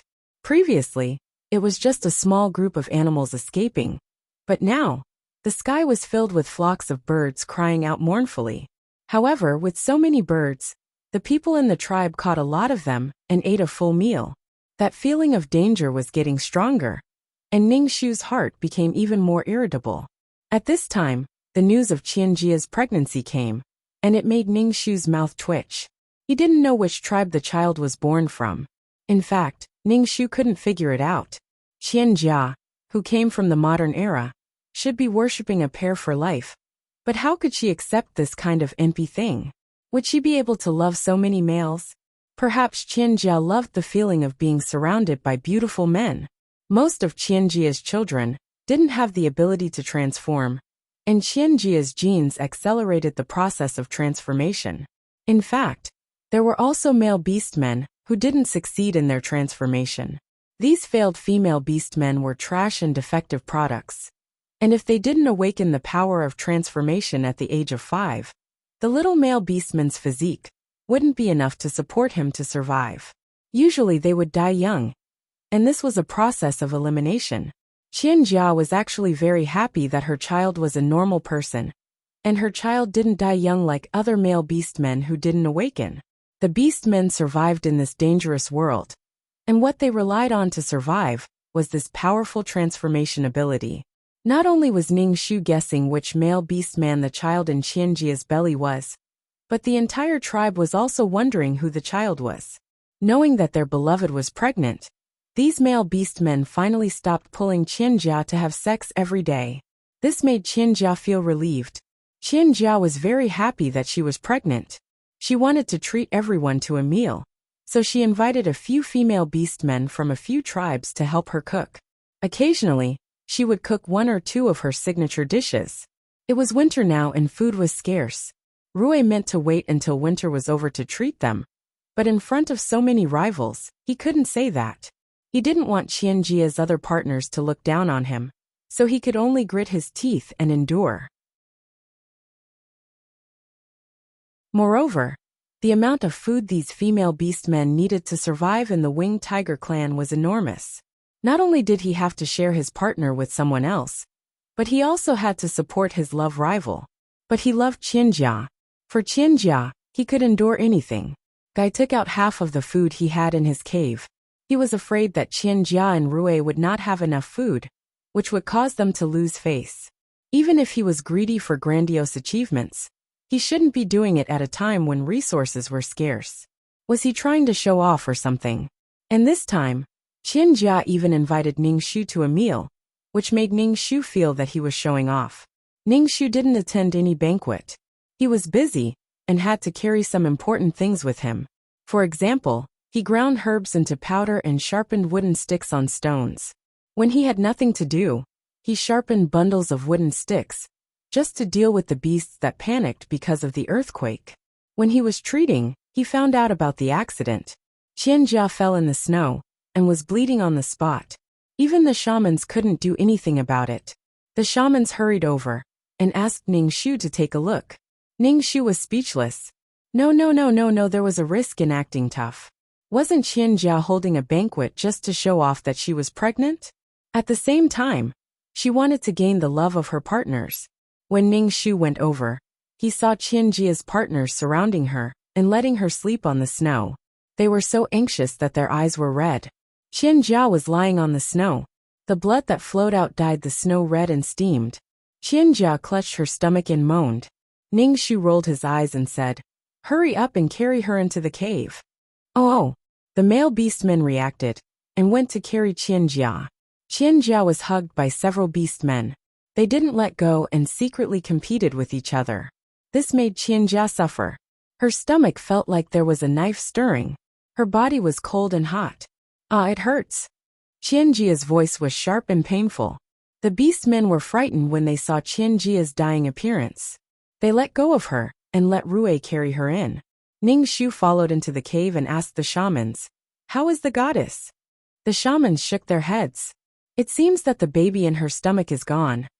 Ning Shu saw Qianjia's appearance and knew that she couldn't keep the baby. After being frozen in the snow for a while, the genes of beastmen and Qianjia were actually different. It was easy for her to have a miscarriage. For example, the genes of pigs and dogs wouldn't mix. They couldn't get pregnant. In essence, Qianjia and beastmen were actually 2 different species. What Ning Shu didn't expect was that Qianjia, who was so lucky, would have a miscarriage. "Go and see if you can use herbs to save the baby in the goddess' stomach," Ning Shu said. Ning Shu looked at Qianjia, who was in so much pain that she was sweating. "No." Hearing Ning Shu say no, Qianjia's partners looked at Ning Shu with warning and disgust. Qianjia's moans became softer and softer. Finally, her head tilted and she fainted. Ning Shu said, "Boil some hot water for her to wash." Feeling that there was nothing else for him to do, Ning Shu turned around and left. However, Ning Shu felt that Qianjia's miscarriage was a bit strange. In the plot, the Qian family had many children, both boys and girls. However, there was no mention of a miscarriage. Ning Shu looked at the dark and gloomy sky. His heart felt like it was being weighed down by a piece of lead. He knew that there would be a disaster, but the feeling of waiting for it to happen was really fucked up. He felt like he was waiting for death. It was better not to know. Fuck. Ji walked into the cave with a head full of snow. Ning Shu said, "Fuck, do you know how the goddess lost her baby? Someone pushed her?" Ning Shu guessed. "How did you know?" "Then guess who did it?" Ji's face was full of gossip. Ning Shu guessed again. "A female beast man." "Fuck, you are indeed a female who has communicated with God. You can even guess this correctly." Ji looked at Ning Shu with admiration. Ning Shu was speechless. "I have seen a lot of things." "Then do you know who did it?" Ning Shu asked Ji. Ning Shu shook her head. She wasn't a god who could predict. "It was Yi." Yi pushed Jia. Ji slapped her thigh and said, "At that time, some beastmen saw that it was Yi who did it. This matter has already been reported to the leader."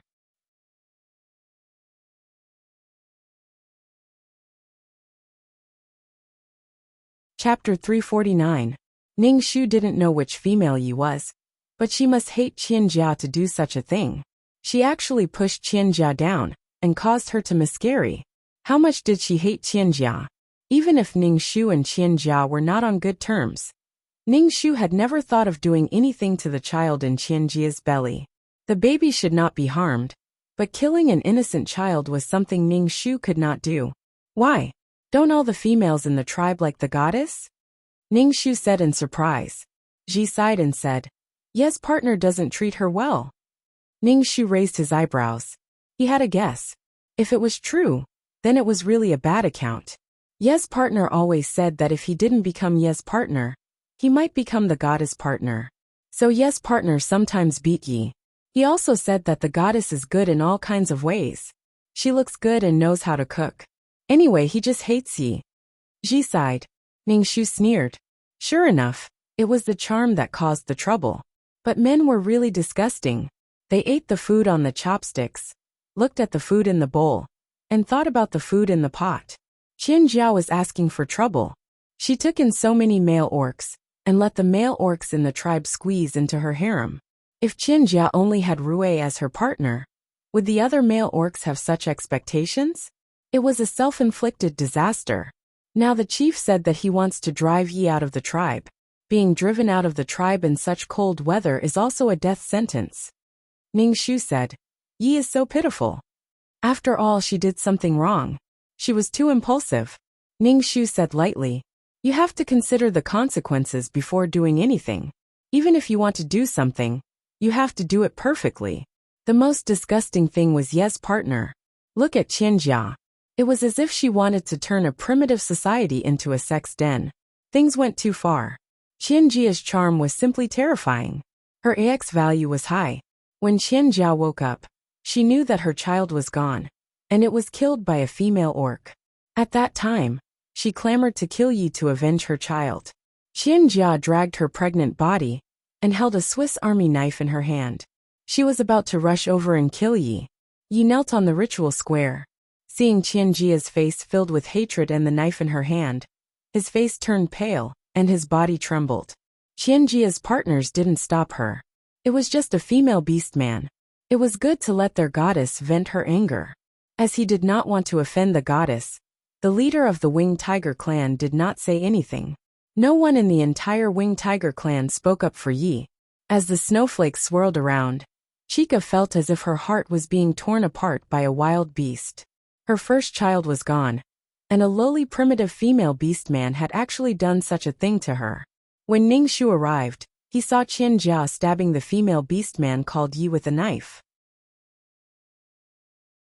Ning Shu bent down, grabbed a handful of snow, and threw it at Qianjia's wrist. The knife in Qianjia's hand was hit by the force of the snowball, and it stuck in the snow. Everyone looked at Ning Shu and Ji, who were walking towards them. The moment Guy saw Ning Shu, he immediately stood in front of Qianjia. Obviously, he was afraid that Ning Shu would hurt Qianjia.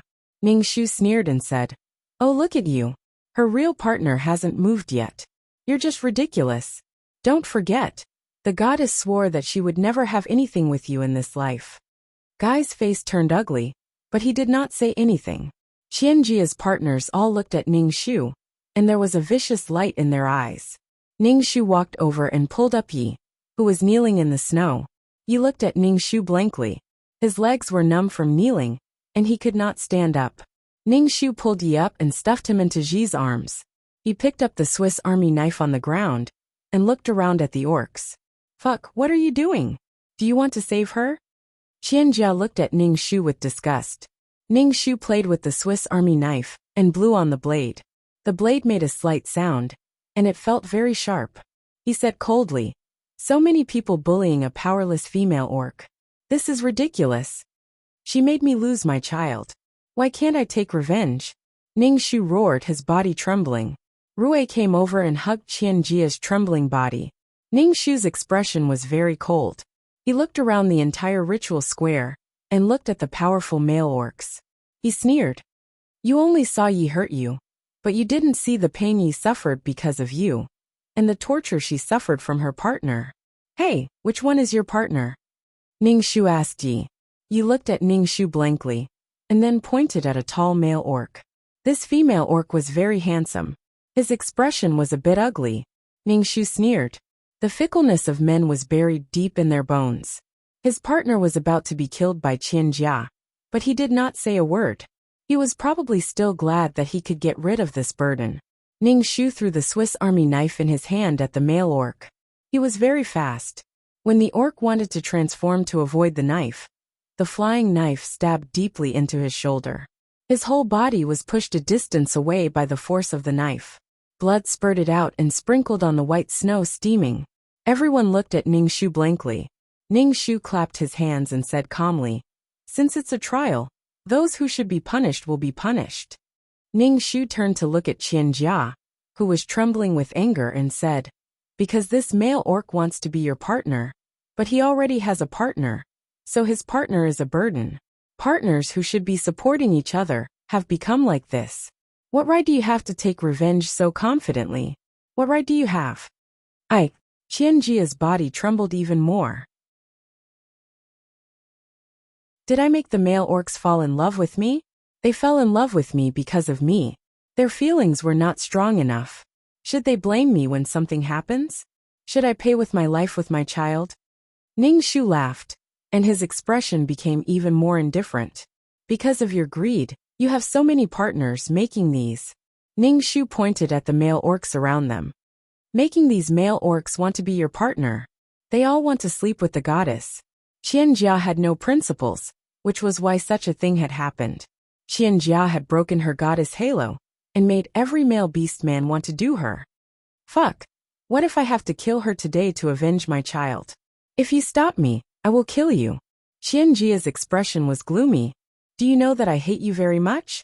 "Very much. Is that so?" Ning Shu smiled calmly. "Actually, I hate you too. Although I don't know if you are a goddess, your arrival has caused the whole tribe to fall into chaos."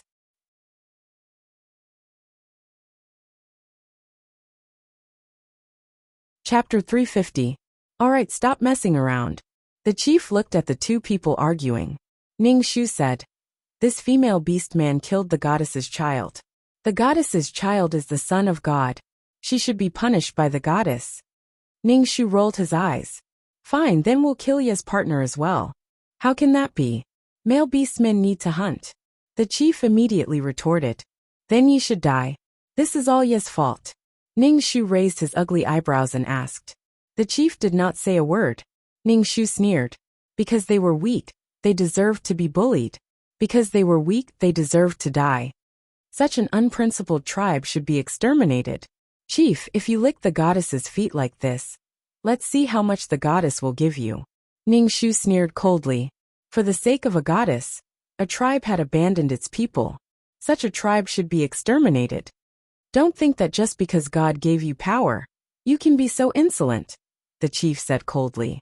Ning Shu said proudly, God gave me power to protect myself. You go and kill them. Kill the two of them. Qianjia pointed at Ning Shu's partners and shouted. Qianjia's partners immediately surrounded Ning Shu. They all transformed and sharpened their claws as they pounced on Ning Shu. Ning Shu stretched out his fist and punched the beastmen. Suddenly he felt a violent tremor. The tremor was so strong that he could not stand firm. Everyone was dumbfounded. Obviously, they didn't know what was going on. Ning Shu saw the sacrificial pillar falling towards her, and hurriedly dodged it. She grabbed the branch and ran to an open space. Earthquake! It's an earthquake! Qianjia exclaimed. Instantly the world turned dark. The tremor was so terrifying that Ning Shu could not stand firm. The whole world seemed to be collapsing. The ground under her feet was falling apart. Ning Shu's heart sank. She did not expect the earthquake to be so powerful. She was worried that the cave would collapse. The tremors continued, and there were screams, cries, and cries for help. Ning Shu suppressed the fear in his heart. The might of heaven and earth was so terrifying that all life forms in front of it were so fragile that they couldn't even withstand a single blow. After an unknown period of time, the tremors subsided. The world suddenly became incomparably bright again. There were actually 3 suns in the sky. The blazing light brought a trace of warmth to the cold winter. Everyone looked at each other in dismay. Qianjia was protected by her companions and was fine. Some people were killed by the pillars of the ancestral square. Then, the roars of the animals filled the entire forest, and the panicked animals rushed towards the tribe. From the size of dinosaurs to the size of snakes, rats, insects, and ants, all the hibernating beasts were disturbed. They were frightened by the earthquake and needed to fill their hungry stomachs at the same time. Quick, pack your things and leave. The clan leader's voice was sharp as he shouted. Fuck, I'm scared. Ji held on to Ning Shu tightly, and Yi held on to Ji tightly. Just like in the plot, these male orcs were the first to collect the seeds. They escorted Qianjia away and told the female orcs that they would come back to pick them up immediately. Some females were lucky enough to be taken away together. However, many little orcs and female orcs were left behind. Bastards! Ning Shu looked at the orcs flying away and cursed in his heart. They could go back and take the seeds, but they had to send Qianjia to a safe place first. This showed that in the hearts of these male orcs, the seeds and Qianjia were the most important. Ji, don't be afraid. Gather everyone. Ning Shu said to Ji, and one by one, they fought against the beasts that rushed into the tribe. Ji's body was trembling. The female orcs were all gathered in the ancestral square. It was difficult for 2 fists to fight against 4 hands. Ning Shu took out the poison and sprinkled it on the beasts. When they returned to the cave that they usually lived in had collapsed. Ning Shu picked up the sharpened wooden stick. On the way back to the ancestral square, he saw that many female orcs had been torn apart by the beasts. There were also the corpses of little orcs. Ning Shu saved a male orc who had transformed into a little tiger. The little tiger was avoiding the pursuit of a group of wolves. Ning Shu picked up the orc. He sprinkled 2 bags of poison on the drooling waves. When they arrived at the square, Ji and a group of female orcs were huddled together. Many of the females were holding little orcs in their hands. There were many animals gathered around the square, but the whole ancestral square seemed to be covered by a layer of transparent enchantment that blocked these animals and kept the orcs in the square safe. Ning Shu breathed a sigh of relief. At least these people were fine, although he didn't know what was going on with this enchantment. These beasts couldn't tear the people inside the enchantment apart. When they saw Ning Shu, they swarmed over to Ning Shu. Ning Shu threw the sharp wooden stick in his hand at these beasts. The stick directly pierced through the bodies of the beasts. Fuck, coming quickly. The shaman's voice was very tired and much older. Ning Shu entered the enchantment and said with some surprise, Old woman, they didn't take you away? The old woman was a noble shaman. Sure enough, when disaster struck, everyone flew away. This is the power given to me by God. I will die soon. You have to take care of these people. The shaman coughed and said, Every shaman will get a little divine power from God. Ning Shu, was she doing this by accident? If she said that her power was given to her by God, then she wasn't the next successor. In a moment, the enchantment dimmed, like a bubble in the sun.